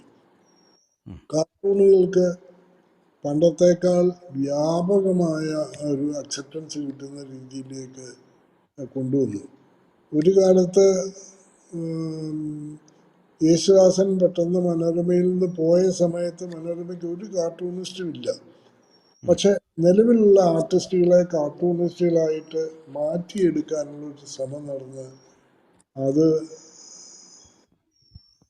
അതിൻ്റെ ഏറ്റവും വലിയ ഒരു സാഫല്യം ഉണ്ടായത് എന്താണെന്ന് വെച്ചാൽ, അങ്ങനെ കൺവേർട്ട് ചെയ്തെടുത്ത ആളുകളിൽ ഒരാൾ ആ വർഷത്തെ ഇന്ത്യയിലെ ഏറ്റവും നല്ല കാർട്ടൂണിസ്റ്റായിട്ട് പ്രസ് കൗൺസിൽ തന്നെ തിരഞ്ഞെടുത്തു. അപ്പം അതൊരു ബൈജു ഫെലോസിന് അങ്ങനെ ഒരു അംഗീകാരം കിട്ടി എന്നുള്ളത് ഏത് കാര്യവും നമ്മൾ വിചാരിച്ചാൽ അച്ചീവ് ചെയ്യാൻ കഴിയുമെന്നുള്ളതിൻ്റെ ഒരു സാക്ഷ്യതയാണ്. ബൈജു ഒരു സാധാരണ ആർട്ടിസ്റ്റ് മാത്രമായിരുന്നു. ഇന്ന് ഏതെല്ലാം വിഷയങ്ങളിൽ പ്രാഗൽഭ്യമുള്ള ഒരു കലാകാരനായിട്ട് മാറിയിരിക്കുന്നു. പിന്നെ ഹ്യൂമൻ ഇൻട്രസ്റ്റ് സ്റ്റോറീസ്, അങ്ങനെ ഒരു സാധനം മലയാളത്തിൽ ഇല്ലായിരുന്നു. അത് മലയാളത്തിലേക്ക് കൊണ്ടുവന്നത് മനോരമയാണ്. ഇപ്പോൾ ഏത് പത്രം നോക്കിയാലും ഒന്നാം പേര് ഒരു ഹ്യൂമൻ്റെ സ്റ്റോറി ഇല്ലാതിരിക്കില്ല. ഒരിക്കലും നടക്കുകയില്ലെന്ന് നമ്മൾ വിചാരിച്ചിട്ടുള്ള പല സംഭവങ്ങളും നടന്നതിൻ്റെ തെളിവുകൾ. അങ്ങനെ കണ്ടന്റിൽ വരുത്തിയ ഇത്, പിന്നെ റൈറ്റിംഗ് ക്രാഫ്റ്റിൽ വരുത്തിയ വ്യത്യാസം. എന്തെല്ലാം രീതിയിലാണ് ക്രാഫ്റ്റ് മാറി മാറി വന്നുകൊണ്ടിരുന്നത്. ഒരേ കാര്യം തന്നെ ഇന്ന് രാവിലെ പത്രത്തിലെ ഒരു വാചകം വായിച്ചിട്ട് ഞാൻ ചിരിച്ചുപോയി. അപ്പോൾ ആലത്തൂരിലെ അടുത്ത മത്സരത്തെ പറ്റിയുള്ള അവലോകനത്തിൽ ഇങ്ങനെ രമ്യ ഹരിദാസിനെ കഴിഞ്ഞ തവണ അപഹസിച്ച് വിജയിപ്പിച്ച വിജയരാഘവൻ, അതായത് വിജയരാഘവൻ അവരെ പറഞ്ഞ ഒരു വാചകം ഉപയോഗിച്ചാണല്ലോ അവർ പിടിച്ചു കയറിയത്. അതിനെപ്പറ്റി ഇങ്ങനെ അപഹസിച്ച് വിജയിപ്പിച്ച വിജയരാഘവൻ തൊട്ടപ്പുറത്ത് മത്സരിക്കുന്നുണ്ടെന്നുള്ളതാണ് ഇത് ഇത്തവണത്തെ ഒരു പ്രത്യേകത എന്ന് പറഞ്ഞേച്ച് ആ ലേഖനം അവസാനിക്കുന്ന വാചകം. ഇപ്പം മറ്റൊരു മണ്ഡലത്തിൽ സ്ഥാനാർത്ഥി ആയതുകൊണ്ട് വിജയരാഘവന് കഴിഞ്ഞ തവണത്തെ പോലെ മറ്റു സ്ഥാനാർത്ഥികളെ സഹായിക്കാൻ കഴിഞ്ഞെന്ന് എന്നൊരു വാചകം വായിച്ചപ്പോൾ പൊട്ടി. അതായത് പറയുന്നത് കാര്യം, അത് പറയുന്നത് എങ്ങനെയെന്നുള്ളതിൻ്റെ ഒരു കാര്യം. അത് നമ്മൾ നിർവികാരമായി വായിച്ചു പോകുന്ന ഒരു വാചകം വളരെ ചമൽക്കാരത്തോടുകൂടി പറയുമ്പോൾ നമ്മൾ പൊട്ടിച്ചിരിച്ചു പോകും. അപ്പം അങ്ങനെ റൈറ്റിംഗ് ക്രാഫ്റ്റിൽ വന്ന ഒരു ഭയങ്കരമായ വ്യത്യാസം. പിന്നെ ഫോട്ടോഗ്രാഫുകളുടെ കാര്യത്തിൽ വന്ന പണ്ടത്തെ ഫോട്ടോ എന്നൊക്കെ പറയുന്നത് ഗ്രൂപ്പ് ഫോട്ടോകളായിരുന്നു. ഇന്ന് ഏതെങ്കിലും ഒരു ഗ്രൂപ്പ് ഫോട്ടോ വളരെ അത്യപൂർവമായ കാരണങ്ങളാൽ അല്ലാതെ പ്രസിദ്ധീകരിക്കപ്പെടുന്നുണ്ടോ? അതിന് പകരം നിറയെ ലൈഫുള്ള എത്രയോ ചിത്രങ്ങൾ. ഇതൊക്കെ ആയിരുന്നു മനോരമയുടെ ഈ കുതിച്ചുചാട്ടത്തിനുള്ള കാരണങ്ങൾ ഞാൻ വിശ്വസിക്കുന്നു. സാറ് മനോരമയുടെ ഉന്നത നയരൂപീകരണ സമിതി ദീർഘകാലം നയിച്ച ആളാണ്. എഡിറ്റോറിയൽ ഡയറക്ടറായിട്ട് 2017 വിരമിച്ചു. താങ്കളുടെ ജീവിതത്തിലെ ഈ വളരെ പ്രധാനപ്പെട്ടതെന്നും അങ്ങയുടെ സംഭാവനയായി കണക്കാക്കുന്ന 2-3 കാര്യങ്ങളെക്കുറിച്ച് പറയാമോ? സംഭാവനയായി കണക്കാക്കുന്ന 2-3 കാര്യങ്ങളെക്കുറിച്ചാണ്. ഒന്ന്, നയരൂപീകരണത്തിൽ നേതൃത്വം വഹിച്ചെന്ന് പറയുന്നതൊക്കെ ആലങ്കാരികമായിട്ട് പറയാമെന്നുള്ളതേ ഉള്ളൂ. ഞാൻ എല്ലാ കാലത്തും ഒരു കൂട്ടായ ചിന്തയുടെ ആളായിരുന്നു. എല്ലാവരോടും അഭിപ്രായങ്ങൾ ചോദിച്ച് വ്യത്യസ്തമായ ഷെയ്ഡ്സ് ഓഫ് ഒപ്പീനിയൻസ് ഏതൊക്കെയാണെന്ന് കണ്ടുപിടിച്ച് അതിൽ നമുക്ക് ഏറ്റവും നല്ല സ്വീകാര്യമായ മാർഗം ഏതാണെന്ന് തിരഞ്ഞെടുക്കുക മാത്രമാണ് ഞാൻ ചെയ്തിട്ടുള്ളത്. ആ മാർഗം ഞാൻ നിർദ്ദേശിച്ചതാവണമെന്നില്ല. ചിലപ്പോൾ ഞാൻ നിർദ്ദേശിച്ചതിന് വിരുദ്ധമായിട്ടുള്ള പാത പോലും ഞാൻ സ്വീകരിച്ചിട്ടുണ്ട്. അപ്പം അതുകൊണ്ടൊരു കൂട്ടായ ശ്രമത്തിലൂടെയുള്ള ഒരു മുന്നേറ്റമായിരുന്നു. ഈ മനോരമയുടെ പത്രാധിപ സമിതിയിൽ എത്രയോ ആളുകളുണ്ട്. ആ ആളുകളുടെ എല്ലാവരുടെയും കൂട്ടായ ചിന്ത പത്രാധിപ സമിതിയിലില്ലാതെ പുറത്തു നിന്ന് നമ്മളെ ശാസിക്കുന്ന പല ആളുകളുടെയും അഭിപ്രായങ്ങൾ, അങ്ങനെയുള്ള 100,000 അഭിപ്രായങ്ങളിൽ നിന്ന് ക്രോഡീകരിച്ചിട്ടുള്ള ഒരു സമാഹൃത ചിന്തയായിരുന്നു ഈ മനോരമയെ ഇതിൽ മുന്നോട്ട് നയിക്കാനായിട്ട് കഴിഞ്ഞതെന്നാണ് ഞാൻ വിശ്വസിക്കുന്നത്. അല്ലാതെ ഒരു വ്യക്തി ഒരു പത്രത്തെ നയിച്ച് അദ്ദേഹത്തിൻ്റെ തലയിലെ ആശയങ്ങൾ കൊണ്ട് നടപ്പാക്കാൻ ഒക്കുന്ന ഒരു കാര്യം എന്നുള്ളത് നമ്മുടെ മനസ്സിൽ നിന്ന് മാറ്റി വെച്ചുകൊണ്ടാണ് ഞാൻ ഈ പത്രാഫീസിലെ ഉത്തരവാദിത്തങ്ങളിലേക്ക് കടന്ന് പ്രവേശിച്ചിട്ടുള്ളത്. അപ്പം അതുകൊണ്ട് എൻ്റെ കാലത്ത് ഉണ്ടായിട്ടുള്ള എൻ്റേതായ നേട്ടങ്ങളെന്ന് പറഞ്ഞ് ഒരു നേട്ടവും എനിക്ക് പ്രത്യേകമായിട്ട് പറയാനില്ല. എൻ്റേതായിട്ടൊന്നുമില്ല, എല്ലാവരുടെയും കൂടെയുള്ള അപ്പം അതുകൊണ്ട് എനിക്ക് അങ്ങനെ ഒരു ഉദാഹരണങ്ങൾ എടുത്ത് പറയാനായിട്ട് ആഗ്രഹവുമില്ല. താങ്കളുടെ 3 പുസ്തകങ്ങൾ, കഥാവിശേഷർ, ചന്ദ്രകലാധരൻ, ടി വേണുഗോപാലക്കുറുപ്പുമായി ചേർന്ന് നാട്ടുവിശേഷം, ഈ 3 പുസ്തകങ്ങളല്ലാതെ കേരളത്തിലെ ഏറ്റവും അധികം പേർ വായിക്കുന്ന ഒരു പംക്തി വർഷങ്ങളായിട്ട് എഴുതുന്നത് താങ്കളാണ്, കഥക്കൂട്ട്. അപ്പോൾ ഈ കഥക്കൂട്ട് എഴുതാനും ആ പംക്തി ആരംഭിക്കാൻ ഉള്ള സാഹചര്യം കൂടി ഒന്ന് പറഞ്ഞുള്ള കൊള്ളാം. പന്തി ആരംഭിക്കാനുള്ള കാരണം, ഞാൻ ഈ വണ്ടിയിൽ ഒത്തിരി യാത്ര ചെയ്യുന്ന ഒരാളായിരുന്നു. ഓഫീസിലെ പല കാര്യങ്ങൾക്ക്, ചിലപ്പം ആളുകളുടെ കല്യാണങ്ങൾക്ക്, അല്ലെങ്കിൽ വീടിൻ്റെ പുരവാസനയ്ക്ക്, അങ്ങനെയുള്ള വ്യക്തിപരമായ ചടങ്ങുകളിലെല്ലാം ഞാൻ അവരുടെ വീട്ടിലെ ഒരു മെമ്പറെ പോലെ തന്നെ അവിടെ ചെല്ലുമായിരുന്നു. അത് കാസർഗോട്ടായാലും വേണ്ടിയില്ല, കന്യാകുമാരിയിലായാലും വേണ്ടിയില്ല, നമ്മുടെ ആളുകളുള്ള എല്ലാ സ്ഥലത്തും അവരുടെ സുഹൃത്തുക്കളിലൊക്കെ നമ്മൾ പങ്കുചേരുമായിരുന്നു. അപ്പൊ ഇങ്ങനെ യാത്ര പോകുമ്പോൾ നമ്മുടെ കൂടെ 3-4 ആളുകളുണ്ടാവും. അപ്പൊ അവിടെ വരെ വായിക്കാനൊന്നും ഒക്കുകയില്ലാത്തതുകൊണ്ട് നമ്മളിങ്ങനെ കഥകൾ പറയും. ഇങ്ങനെ കഥകൾ പറഞ്ഞു പോകുമ്പോൾ സമാനമായ ഒരു കഥ വേറൊരാൾ പറയും, അപ്പൊ നമുക്ക് വേറൊരു കഥ ഓർമ്മ വരും. ഇങ്ങനെ എൻ്റെ കൂടെ കഥകൾ കേട്ട് യാത്ര ചെയ്ത അനേകരുണ്ടെങ്കിലും അതില് ഈ ഏതാനും മാസം മുമ്പ് നിര്യാതനായ മനോരമ വാരികയുടെ പത്രാധിപതി കെ.എ. ഫ്രാൻസിസ് ഞാൻ കോഴിക്കോട്ട് തുടങ്ങുന്ന കാലം മുതൽ ഏതാനും വർഷത്തിന് ശേഷം മുതൽ എൻ്റെ കൂടെ ഉണ്ടായിരുന്ന ഒരാളാണ്. ഫ്രാൻസിസ് ആണ് ഇയാളെ കൊണ്ടൊരു കോളമായിട്ട് എഴുതിച്ചാൽ ഇത് സംഗതി ഓടുമല്ലോ എന്നും പറഞ്ഞ് എൻ്റെ പുറകെ കൂടി. അപ്പൊ ഞാൻ പറഞ്ഞു, എന്നെ നടക്കും, ഞാൻ റിട്ടയർ ചെയ്ത് കഴിഞ്ഞിട്ട് ആലോചിക്കുക. അതിനു മുമ്പ് ഫ്രാൻസിസ് റിട്ടയർ ചെയ്ത് കഴിഞ്ഞിട്ട് പിന്നെ സാറിനെ ആർക്ക് വേണം, സാർ ഇപ്പോൾ എഴുതുന്നെങ്കിൽ എഴുതണമെന്ന് ഒക്കില്ലാന്ന് പറഞ്ഞു.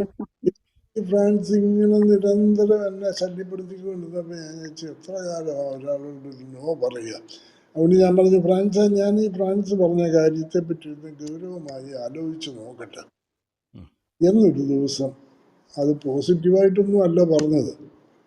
ഫ്രാൻസിസ് അന്ന് വീക്ക്ലിയുടെ മീറ്റിങ്ങിൽ ചീഫ് എഡിറ്റർ കെ.എം. മാത്യു ഉള്ളപ്പോൾ പറഞ്ഞു, തോമസ് ഐസക് സാറിന് കോളം തുടങ്ങാൻ സമ്മതിച്ചിട്ടുണ്ട്, അത് നമ്മൾ ആഘോഷമായി ആരംഭിക്കുകയാണ്, ഇന്നതായിരിക്കും എൻ്റെ കണ്ടന്റ്.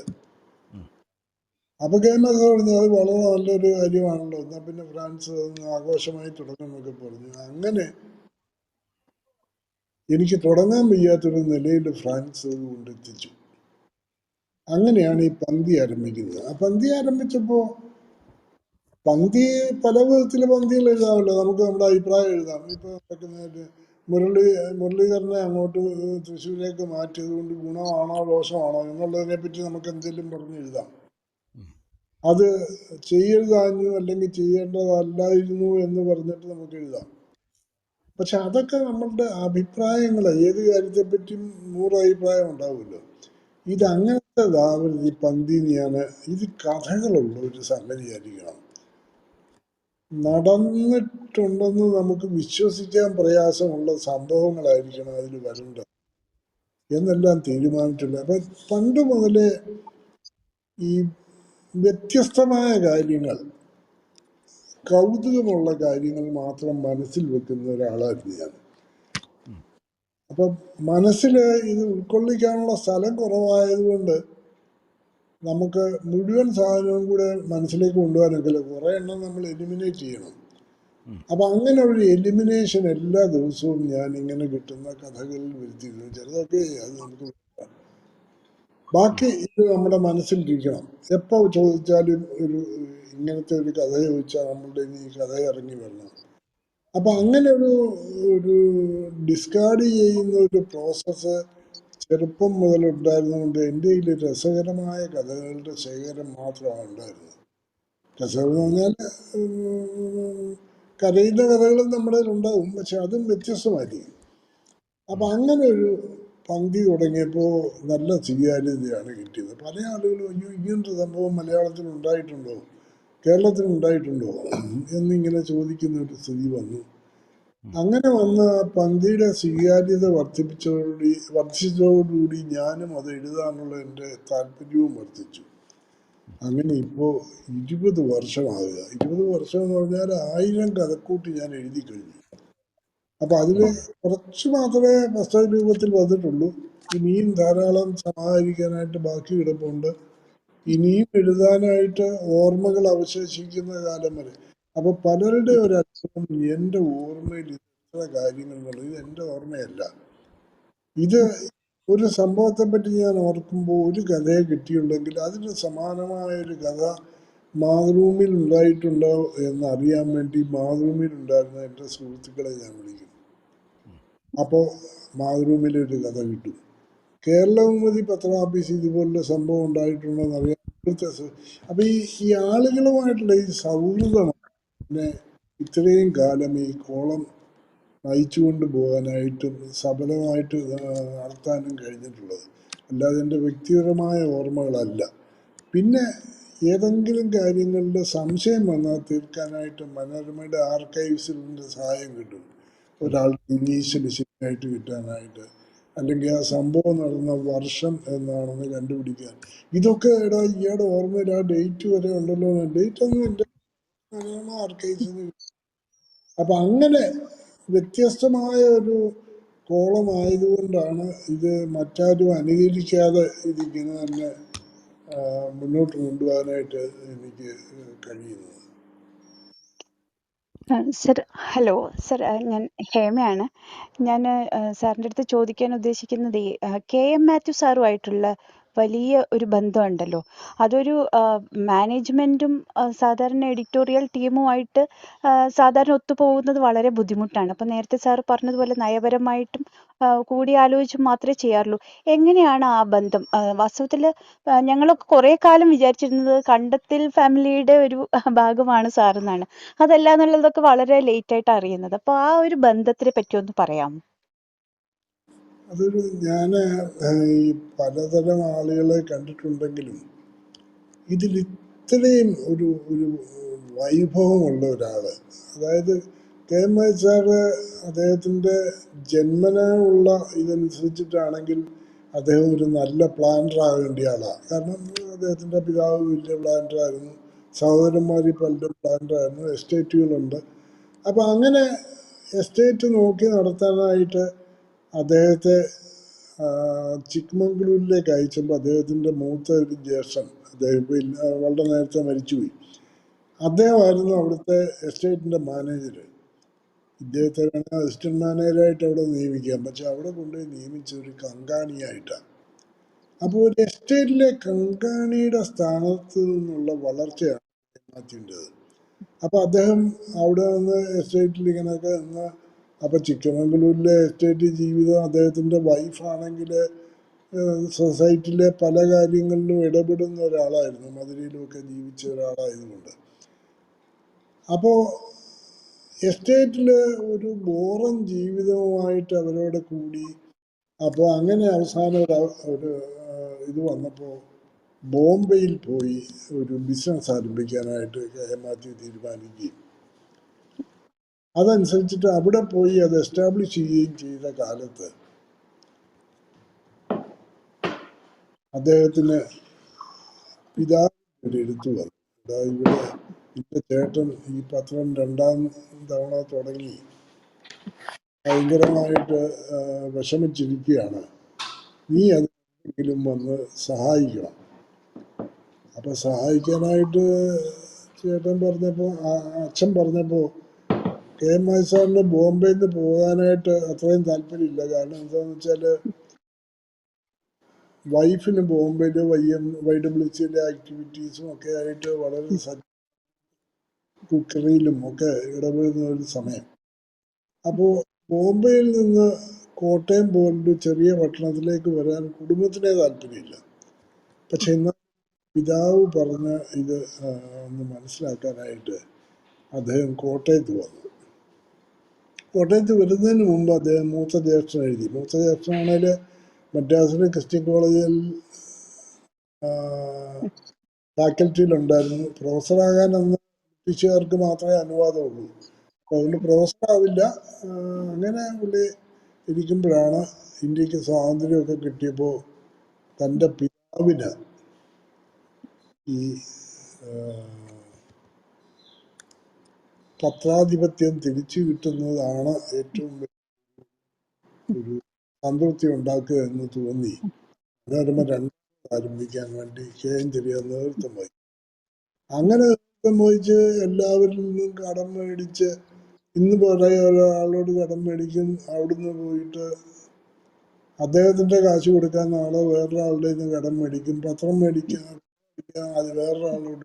അങ്ങനെ അദ്ദേഹത്തിന് പരിചയമുള്ള എല്ലാവരുടെയും കടം മേടിച്ച് ഇന്നിനിയിപ്പോ ന്യൂസ് പ്രിന്റിന് കാശ് എടുക്കാൻ എനിക്ക് എൻ്റെ കയ്യിൽ കാശില്ല, കടം മേടിക്കാനും ആരുമില്ല എന്ന് പറഞ്ഞ് എന്നാ പിന്നെ നാളെ നമുക്ക് പത്രം ഇറക്കണ്ടെന്ന് തീരുമാനിക്കാം എന്ന് പറഞ്ഞ് പോയി കിടന്നിട്ടും രാവിലെ പത്രം അടിച്ചു. ഇതെങ്ങനെ സംഭവിച്ചു എന്ന് അദ്ദേഹം അത്ഭുതപ്പെട്ടു പോകും. ആഫീസിലെ ജീവനക്കാരെല്ലാവരും കൂടെ എവിടെ നിന്നോ ആരാണ്ട് പലിശക്കാരൻ്റെ നിന്ന് പണം എടുത്ത് ന്യൂസ് പ്രിന്റ് മേടിച്ച് പത്രം മേടിച്ചതാണ്. അങ്ങനെ ഭയങ്കരമായ ദുരിതത്തിലൂടെ കടന്നു പോകുന്ന അവസരത്തില് ഈ കെ മാത്യു ചേട്ടൻ എഴുതി, അപ്പച്ചൻ ഇങ്ങനെ പറയുന്നു, ഞാൻ കോട്ടയത്ത് വന്ന് ചേട്ടനെ സഹായിക്കണമെന്ന്. ചേട്ടനെ ഇതിനെപ്പറ്റിയുള്ള അഭിപ്രായം എന്താ? അപ്പൊ പുള്ളി അയച്ച മറുപടി എന്താണെന്നൊരു കഥയുണ്ട് മനോരമയില്. അത് എത്രമാത്രം ശരിയാണെന്ന് എനിക്കറിയില്ല. അദ്ദേഹം ഇങ്ങനെ എഴുതി, നീ വന്നതുകൊണ്ട് ഒരു കാര്യമില്ല, വരികയാണെങ്കിൽ തന്നെ വരണം, അല്ലാതെ നമ്മളെ രക്ഷപ്പെടുത്താൻ ഒരു മാർഗവും ഞങ്ങൾക്ക് കാണുന്നില്ല ചേട്ടൻ എഴുതുന്നത്.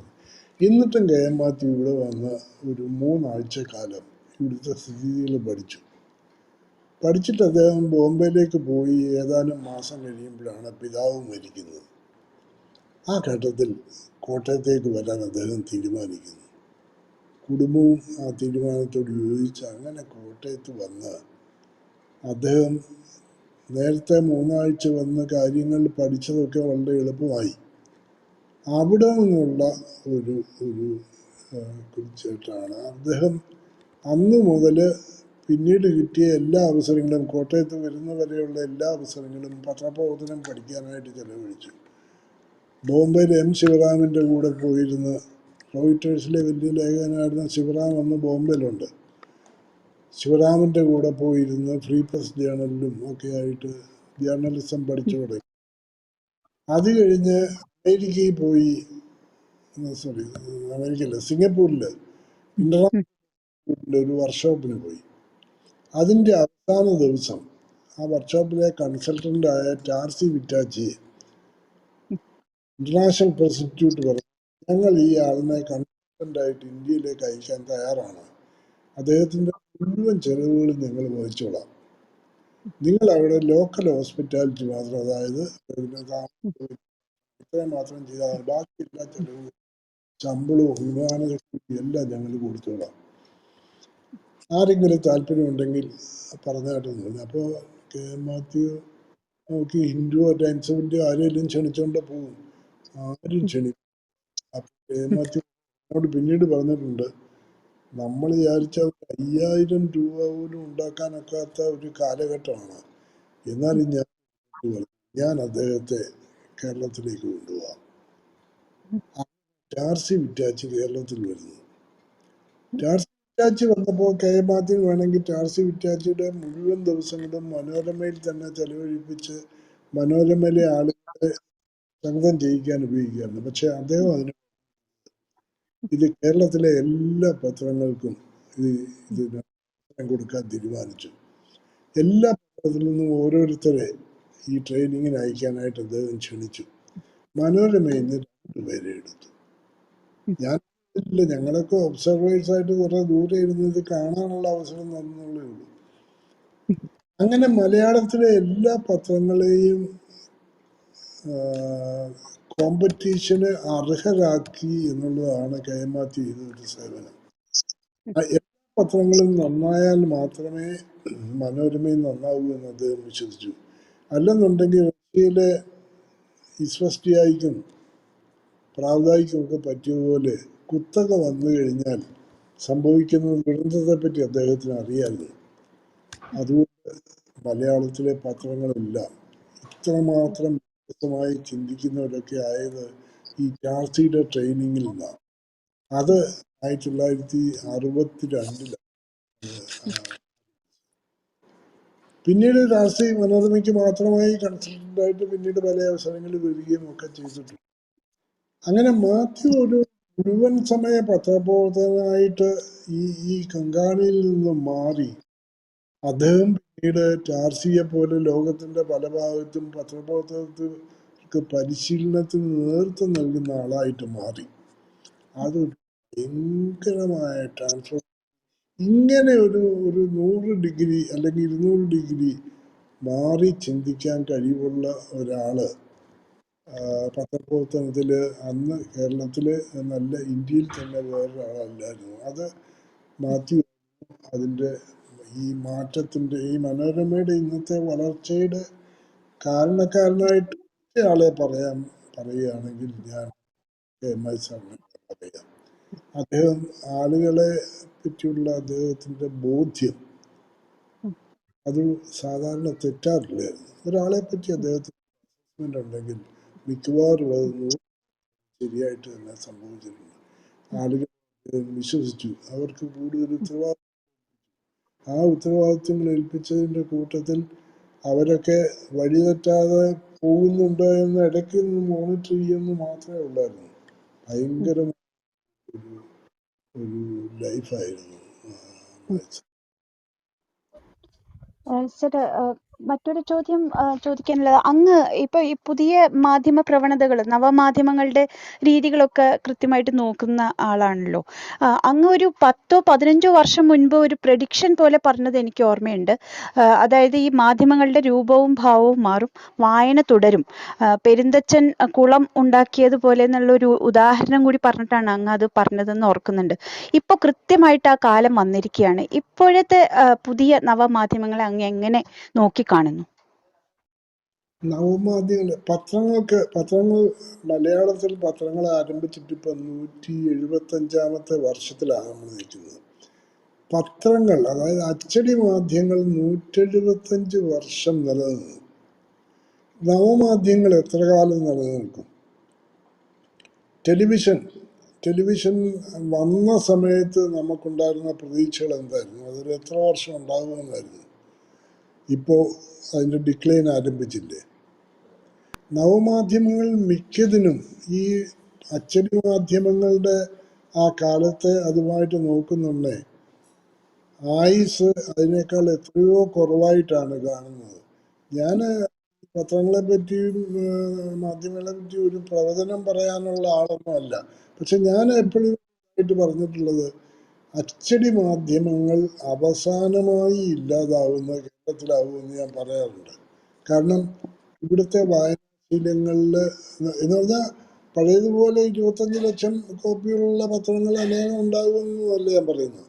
പക്ഷെ അച്ചടി മാധ്യമങ്ങൾ കേരളത്തിലെ വായനാശീലമുള്ള ഒരു തലമുറ അവസാനിക്കുന്നവരെ, അത് പുതിയ തലമുറയിലും ഉണ്ടാകാം, പഴയ തലമുറയിലും ഉണ്ടാകും, അവരവശേഷിക്കുന്നവരെ അച്ചടി മാധ്യമങ്ങൾ ഉണ്ടാവും. അപ്പം അതുകൊണ്ട് എനിക്ക് നവമാധ്യമങ്ങളുടെ ഇപ്പോഴത്തെ ഈ ഇറച്ചുകയറൽ കൊണ്ട് ഇതെല്ലാം നഷ്ടപ്പെട്ടു പോകുമെന്നുള്ളൊരു വിശ്വാസമൊന്നും എനിക്കില്ല എന്ന് ഞാൻ ധൈര്യമായിട്ട് തന്നെ പറയും. സർ, അങ്ങ് വിശേഷം എന്ന് പറഞ്ഞിട്ടൊരു പുസ്തകം, ചെറിയൊരു പുസ്തകം ടി വേണുഗോപാലൻ സാറുമായിട്ട് ചേർന്ന് എഴുതിയിട്ടുണ്ട്, പ്രാദേശിക പത്രപ്രവർത്തനത്തിനെ പറ്റിയിട്ട്. ഇപ്പോൾ മാറിയ ഒരു സാഹചര്യത്തിൽ ആ പ്രാദേശിക പത്രപ്രവർത്തനത്തിൽ എന്തൊക്കെ മാറ്റങ്ങൾ വന്നു? ഇനി ഒരു പുസ്തകം എഴുതുകയാണെങ്കിൽ സാറിൻ്റെ ദൃഷ്ടിയിൽ പതിയുന്ന ഏറ്റവും പ്രധാനപ്പെട്ട കാര്യങ്ങൾ, മാറ്റങ്ങൾ എന്തൊക്കെയായിരിക്കും? പ്രാദേശിക ലേഖകരെന്ന് പറയുന്നത് ഇന്ന് പത്രങ്ങളുടെ പ്രധാനമായ സോഴ്സ് ഇപ്പോൾ പ്രാദേശിക ലേഖകന്മാരായിട്ട് മാറിയിട്ടുണ്ടല്ലോ. കാരണം ഈ പകർച്ചവ്യാധികൾ വന്നതോടുകൂടിയായിരുന്നല്ലോ. അപ്പോൾ 2020 ആണ് ആളുകൾ നേരിട്ട് പോയി റിപ്പോർട്ട് ചെയ്യുന്ന ശീലത്തിലൊരു മാറ്റം വന്നത്. മാറ്റിയിട്ട് എഴുതി അയക്കുന്നത് റിപ്പോർട്ടായിട്ട് കൊടുക്കുന്ന ഒരു ശീലം പത്രലേഖകർ സ്വീകരിച്ചു. ഇത് വന്നതിന് ശേഷം റിപ്പോർട്ടിങ്ങിൽ ഉണ്ടായിട്ടുള്ള തിരിച്ചടികൾ എത്ര ഭീകരമാണെന്ന് ആലോചിച്ച് നോക്കി. ഞാൻ എപ്പോഴും ഒരു ഉദാഹരണം ഉണ്ടായിരുന്നു പണ്ട്. അതായത് ഏബ്രഹാം ലിങ്കന്റെ മരണം 3.5 മാസം കഴിഞ്ഞിട്ടാണ് കേരളത്തിൽ റിപ്പോർട്ട് ചെയ്യപ്പെട്ടതെന്ന്. അതൊരു കോളേജ് മാഗസിനിലായിരുന്നു. അന്ന് കോളേജ് മാഗസിൻ കൊല്ലത്തിലൊരിക്കലുള്ള ഏർപ്പാടായിരുന്നില്ല, ഓരോ ക്വാർട്ടർലി ഉണ്ടായിരുന്നു. കോട്ടയത്ത് CMS കോളേജിൻ്റെ മാഗസിൻ.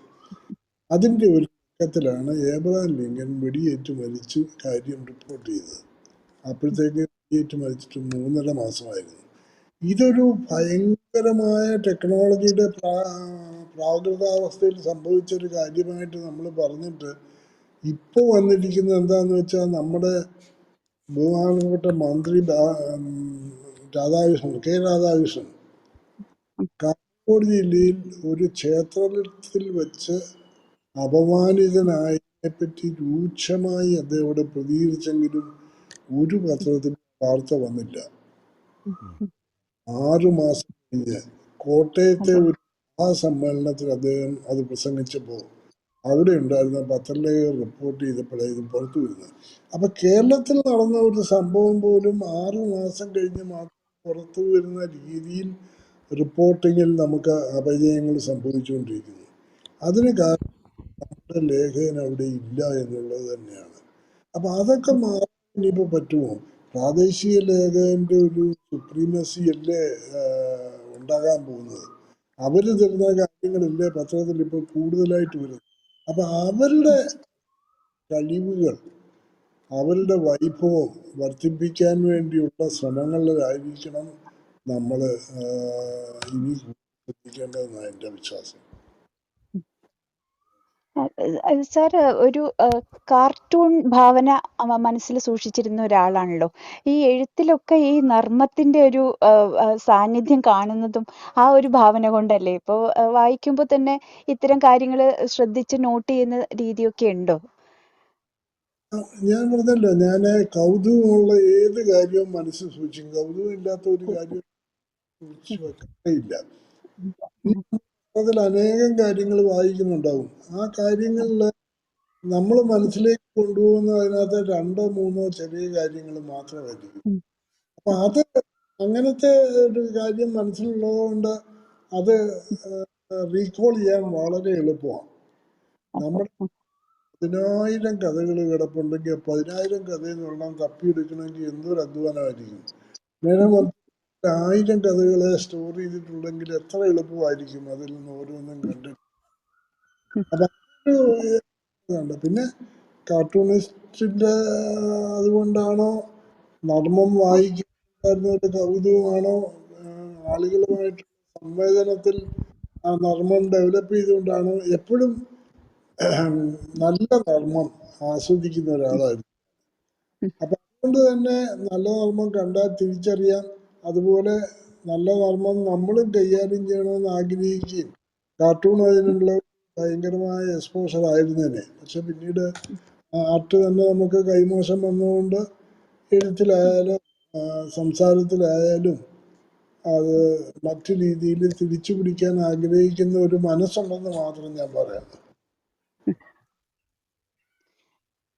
സാറേ, ഇപ്പോഴത്തെ പുതിയൊരു ട്രെൻഡ് പത്രങ്ങളിൽ കാണുന്നത് മുൻകാലങ്ങളിൽ ഇല്ലാത്ത രീതിയിൽ ഓരോ പത്രത്തിലും പിന്നെ മെയിനായിട്ട് വരുന്ന വാർത്തകൾ വ്യത്യസ്തമായിട്ട് വരുന്നു എന്നുള്ളതാണ്. മുൻകാലങ്ങളിൽ നമ്മൾ ഏകദേശം ഒരേ വാർത്തകൾ പത്രത്തിൽ പ്രധാന വാർത്തകളായിട്ട് പല പത്രങ്ങളിൽ വരുന്നുണ്ട്. പക്ഷെ ഇപ്പോൾ വളരെ ഡിഫറെൻ്റ് ആയിട്ടുള്ള രീതിയിലാണ്. അപ്പം നമുക്ക് കാര്യങ്ങൾ ഏതാണ് ഏറ്റവും പ്രധാനം എന്നുള്ളത് അസസ് ചെയ്യാനായിട്ടുള്ളൊരു ബുദ്ധിമുട്ട് വരുന്നുണ്ട്. അപ്പം ഈ വാർത്തയുടെ തെരഞ്ഞെടുപ്പ് എങ്ങനെയാണ് ഈ പത്രങ്ങളിൽ വരുന്നത് പുതിയൊരു രീതിയിൽ? അത് ഓരോ തരം അസസ്മെന്റ് ഉണ്ടല്ലോ ഓരോന്നിനെ പറ്റി. ഇപ്പം ഒരു പത്രത്തെ പറ്റി ഞാൻ വായിച്ചു. ആ പത്രത്തിന്റെ 1-ാം പേജിൽ ഇപ്പോൾ ഒരു 20 ഐറ്റം 22 ഐറ്റം ഒക്കെ വരും. പണ്ടൊക്കെ എൻ്റെ കാലത്തെ ഒരു പത്രത്തിന്റെ 1-ാം പേജില് 8 അല്ലെങ്കിൽ 10 ഐറ്റംസ് ആണ് 1-ാം പേജിൽ വരുന്നത്. അതിന് പകരം ചെറിയ ചെറിയ നുറുങ്ങുകളുമായിട്ടൊക്കെ ഇങ്ങനെ ധാരാളം ഐറ്റംസ് കൊടുക്കുന്ന ചില പത്രങ്ങൾ. അപ്പൊ അത് എന്തുകൊണ്ടാണെന്ന് അന്വേഷിച്ചപ്പോൾ അവര് ഇത് വാട്സാപ്പിലൂടെ പ്രചരിപ്പിക്കാനുള്ള സൗകര്യത്തിന് വേണ്ടി നീളം കുറഞ്ഞ വാർത്തകൾ മാത്രമായിട്ട് കൊടുക്കുന്നു എന്ന്.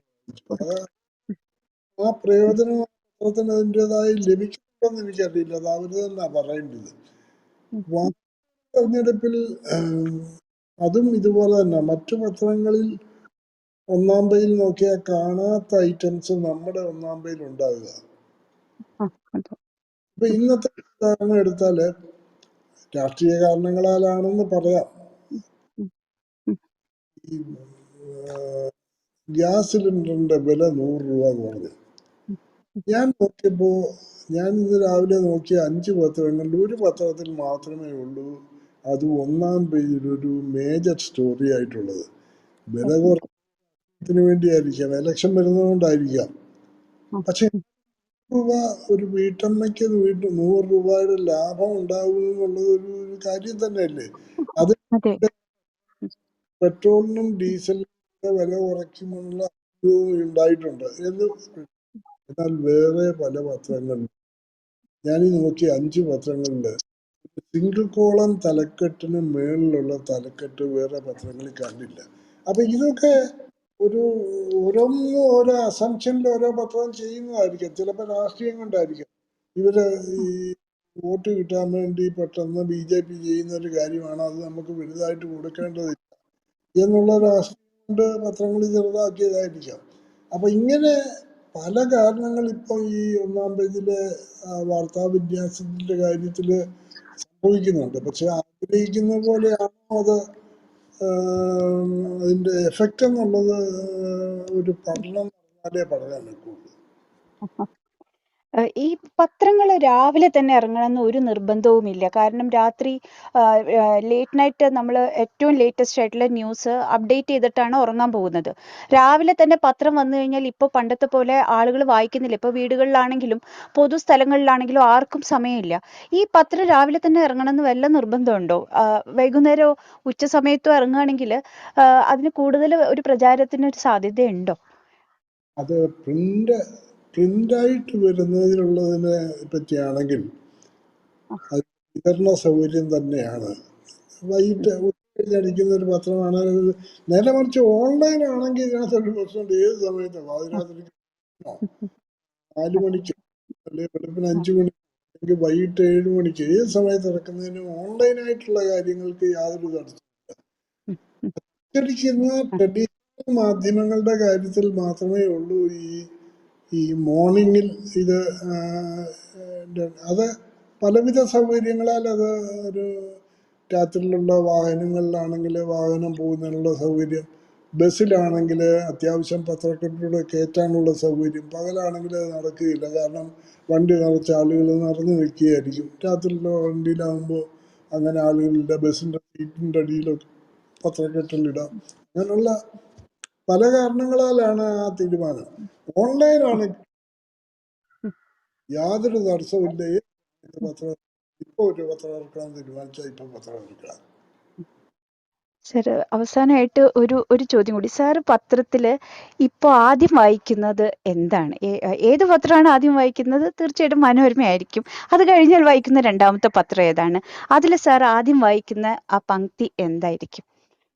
ഇതൊരു കൗതുകം കൊണ്ട് ചോദിക്കുകയാണ് കേട്ടോ സാർ.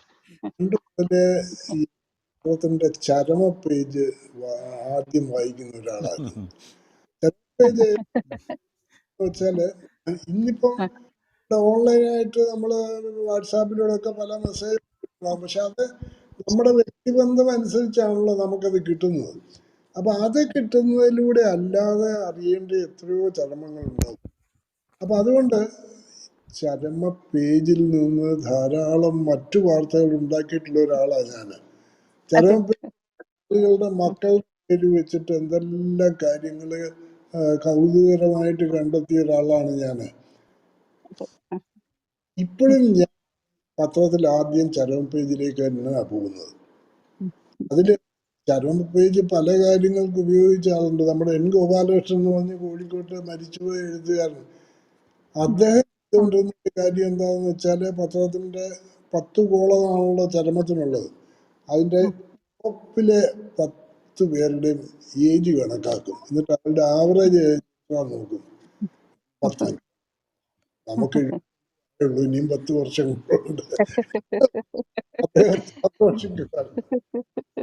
ഞാൻ വായിച്ച ആൽ ജോസ് എന്ന് പറയുന്ന ആള് അദ്ദേഹത്തിന്റെ കഥാപാത്രങ്ങളുടെ പേരുകൾ കണ്ടെത്തുന്നത് ഈ ചരമ പേജ് നോക്കിയിട്ടാണ്. ഇതിന് വരുന്ന പോലെ പേരുകളുടെ ഒരു വൈവിധ്യം വേറെ എങ്ങും കിട്ടും. അങ്ങനെ ചരമം പല കാര്യങ്ങൾക്കായിട്ട് ഉപയോഗിക്കുന്ന അനേകം ആളുകളുണ്ട്. ഞാൻ അതിന്റെ പ്രൈമറി ആയ മറ്റേ കാര്യത്തിന് വേണ്ടിയാണ് നോക്കുന്നതെങ്കിലും നമ്മുടെ സുഹൃത്ത് ബന്ധുക്കൾ ആരുടെയെങ്കിലും ഒരു ബന്ധു ഇന്ന് മരിച്ചിട്ടുണ്ടോ, ആരുമായിട്ട് ബന്ധപ്പെടണമല്ലോ എന്ന് വിചാരിച്ച് തുടങ്ങുന്നതാണെങ്കിലും അതിനിടയ്ക്ക് പല കാര്യങ്ങളും വീണ് കിട്ടുന്നത് നമുക്ക് ഭാവിയില് പല കാര്യങ്ങളും ഉപയോഗിക്കും. ഇപ്പൊ ഈ ഗോപാലകൃഷ്ണന്റെ ഒക്കെ ഇത് ഞാൻ എന്തൊരു കൗതുകമാണ്. ഒരു മനുഷ്യൻ എല്ലാ ദിവസവും ചർമ്മക്കോളത്തിന്റെ ടോപ്പിൽ വരുന്നവരുടെ ഏജ് നോക്കി ആവറേജ് ഏജ് എടുത്ത് അത് തന്നെക്കാൾ കൂടുതലാണെങ്കിൽ ഇന്നത്തെ ദിവസം നന്നായി പോകുന്ന പോലെ എല്ലാം കൗതുകങ്ങളാണ് വരുന്നത്. ഞാനിപ്പോഴും അത് കഴിഞ്ഞ് ഞാൻ മറ്റു ഇതിലേക്ക് പോകാറുള്ളൂ. ആദ്യം വായിക്കുന്ന പത്രം ആദ്യം വായിക്കുന്നത് ഞാൻ വിശദമായ വായന മനോരമയിലാണ്. പക്ഷെ ആദ്യം ഞാൻ മാതൃഭൂമി പേജുകളൊന്നും മറിച്ച് അത് പണ്ട് മുതലുള്ള കോമ്പറ്റീഷന്റെ ഭാഗമായിട്ടുള്ളതാണ്. അറിയാത്ത എന്തെങ്കിലും വാർത്ത മാതൃഭൂമിയിൽ വന്നിട്ടുണ്ടോ? ഇപ്പം ഞാൻ അറിയാത്തതാണ് ഇതിലെ വാർത്തകൾ മുഴുവൻ. മനോരമ വരുന്ന വാർത്ത, മാതൃഭൂമി വരുന്ന വാർത്ത മിക്ക അറിയാത്തതല്ല. പണ്ട് ഞാൻ മനോരമ ജോലി ചെയ്തിരുന്ന കാലത്ത് ഉണ്ടായ ഒരു ശീലം ആദ്യം മാതൃഭൂമി എടുത്തു. നമ്മുടെ തല പോകുന്ന ഇടപാടും അതിനകത്ത് സംഭവിച്ചിട്ടുണ്ടോ? അതിപ്പോഴും ആദ്യത്തെ സ്കാൻ അതാണ്. അത് കഴിഞ്ഞിട്ട് മനോരമ വിശദമായിട്ട് വായിച്ചു മാതൃഭൂമി വായനയുള്ളൂ. പിന്നെ ദേശാഭിമാനി, ഇങ്ങനത്തെ ഓരോ. വളരെ നന്ദി സർ. നമ്മളിത് ആരംഭിച്ചിട്ട് ഇപ്പോൾ 1.5 മണിക്കൂർ കഴിഞ്ഞു സാർ. ഇത്രയും നേരം സുദീർഘമായ താങ്കളുടെ മാധ്യമ ജീവിതം ഇപ്പോഴത്തെ പങ്ക്തി എഴുതുന്നത് കൂടി കണക്കാക്കി കഴിഞ്ഞാൽ 1960 ആരംഭിച്ച് ഇത് 64ാമത്തെ വർഷം. താങ്കളുടെ തന്നെ ശബ്ദത്തിൽ താങ്കളുടെ ഈ മാധ്യമ ജീവിതത്തിൻ്റെ എല്ലാ വശങ്ങളും പിന്നെ അതിലൂടെ കടന്നു പോകുന്ന ഒരു അനുഭവ സാക്ഷ്യം, അതിനാണ് ഞങ്ങളൊക്കെ ഇപ്പോൾ സാക്ഷ്യം വഹിച്ചത്. അതിന് ഞങ്ങൾക്ക് താങ്കളോട് വളരെയധികം നന്ദിയുണ്ട്. ഇതൊരു വിലപ്പെട്ട ചരിത്രരേഖയായി ഇവിടെ തന്നെ ഉണ്ടാവും. തീർച്ചയായിട്ടും താങ്കൾക്ക് ഒരിക്കൽ കൂടി ക്ലബ് ഹൗസ് മീഡിയ റൂമിൻ്റെ പേരിൽ ഞങ്ങൾ നന്ദി രേഖപ്പെടുത്തുന്നു. നമുക്കിവിടെ അവസാനിപ്പിക്കാം സാർ. നമസ്കാരം. വളരെ നന്ദി സർ. ഇതിൽ പങ്കെടുത്തതിനും ഞങ്ങളോട് ഇത്രയും വിശദമായിട്ട് സംസാരിച്ചതിനും വളരെ നന്ദി. സാറിന് എല്ലാവിധ ആശംസകളും നേരുന്നു. Thank you.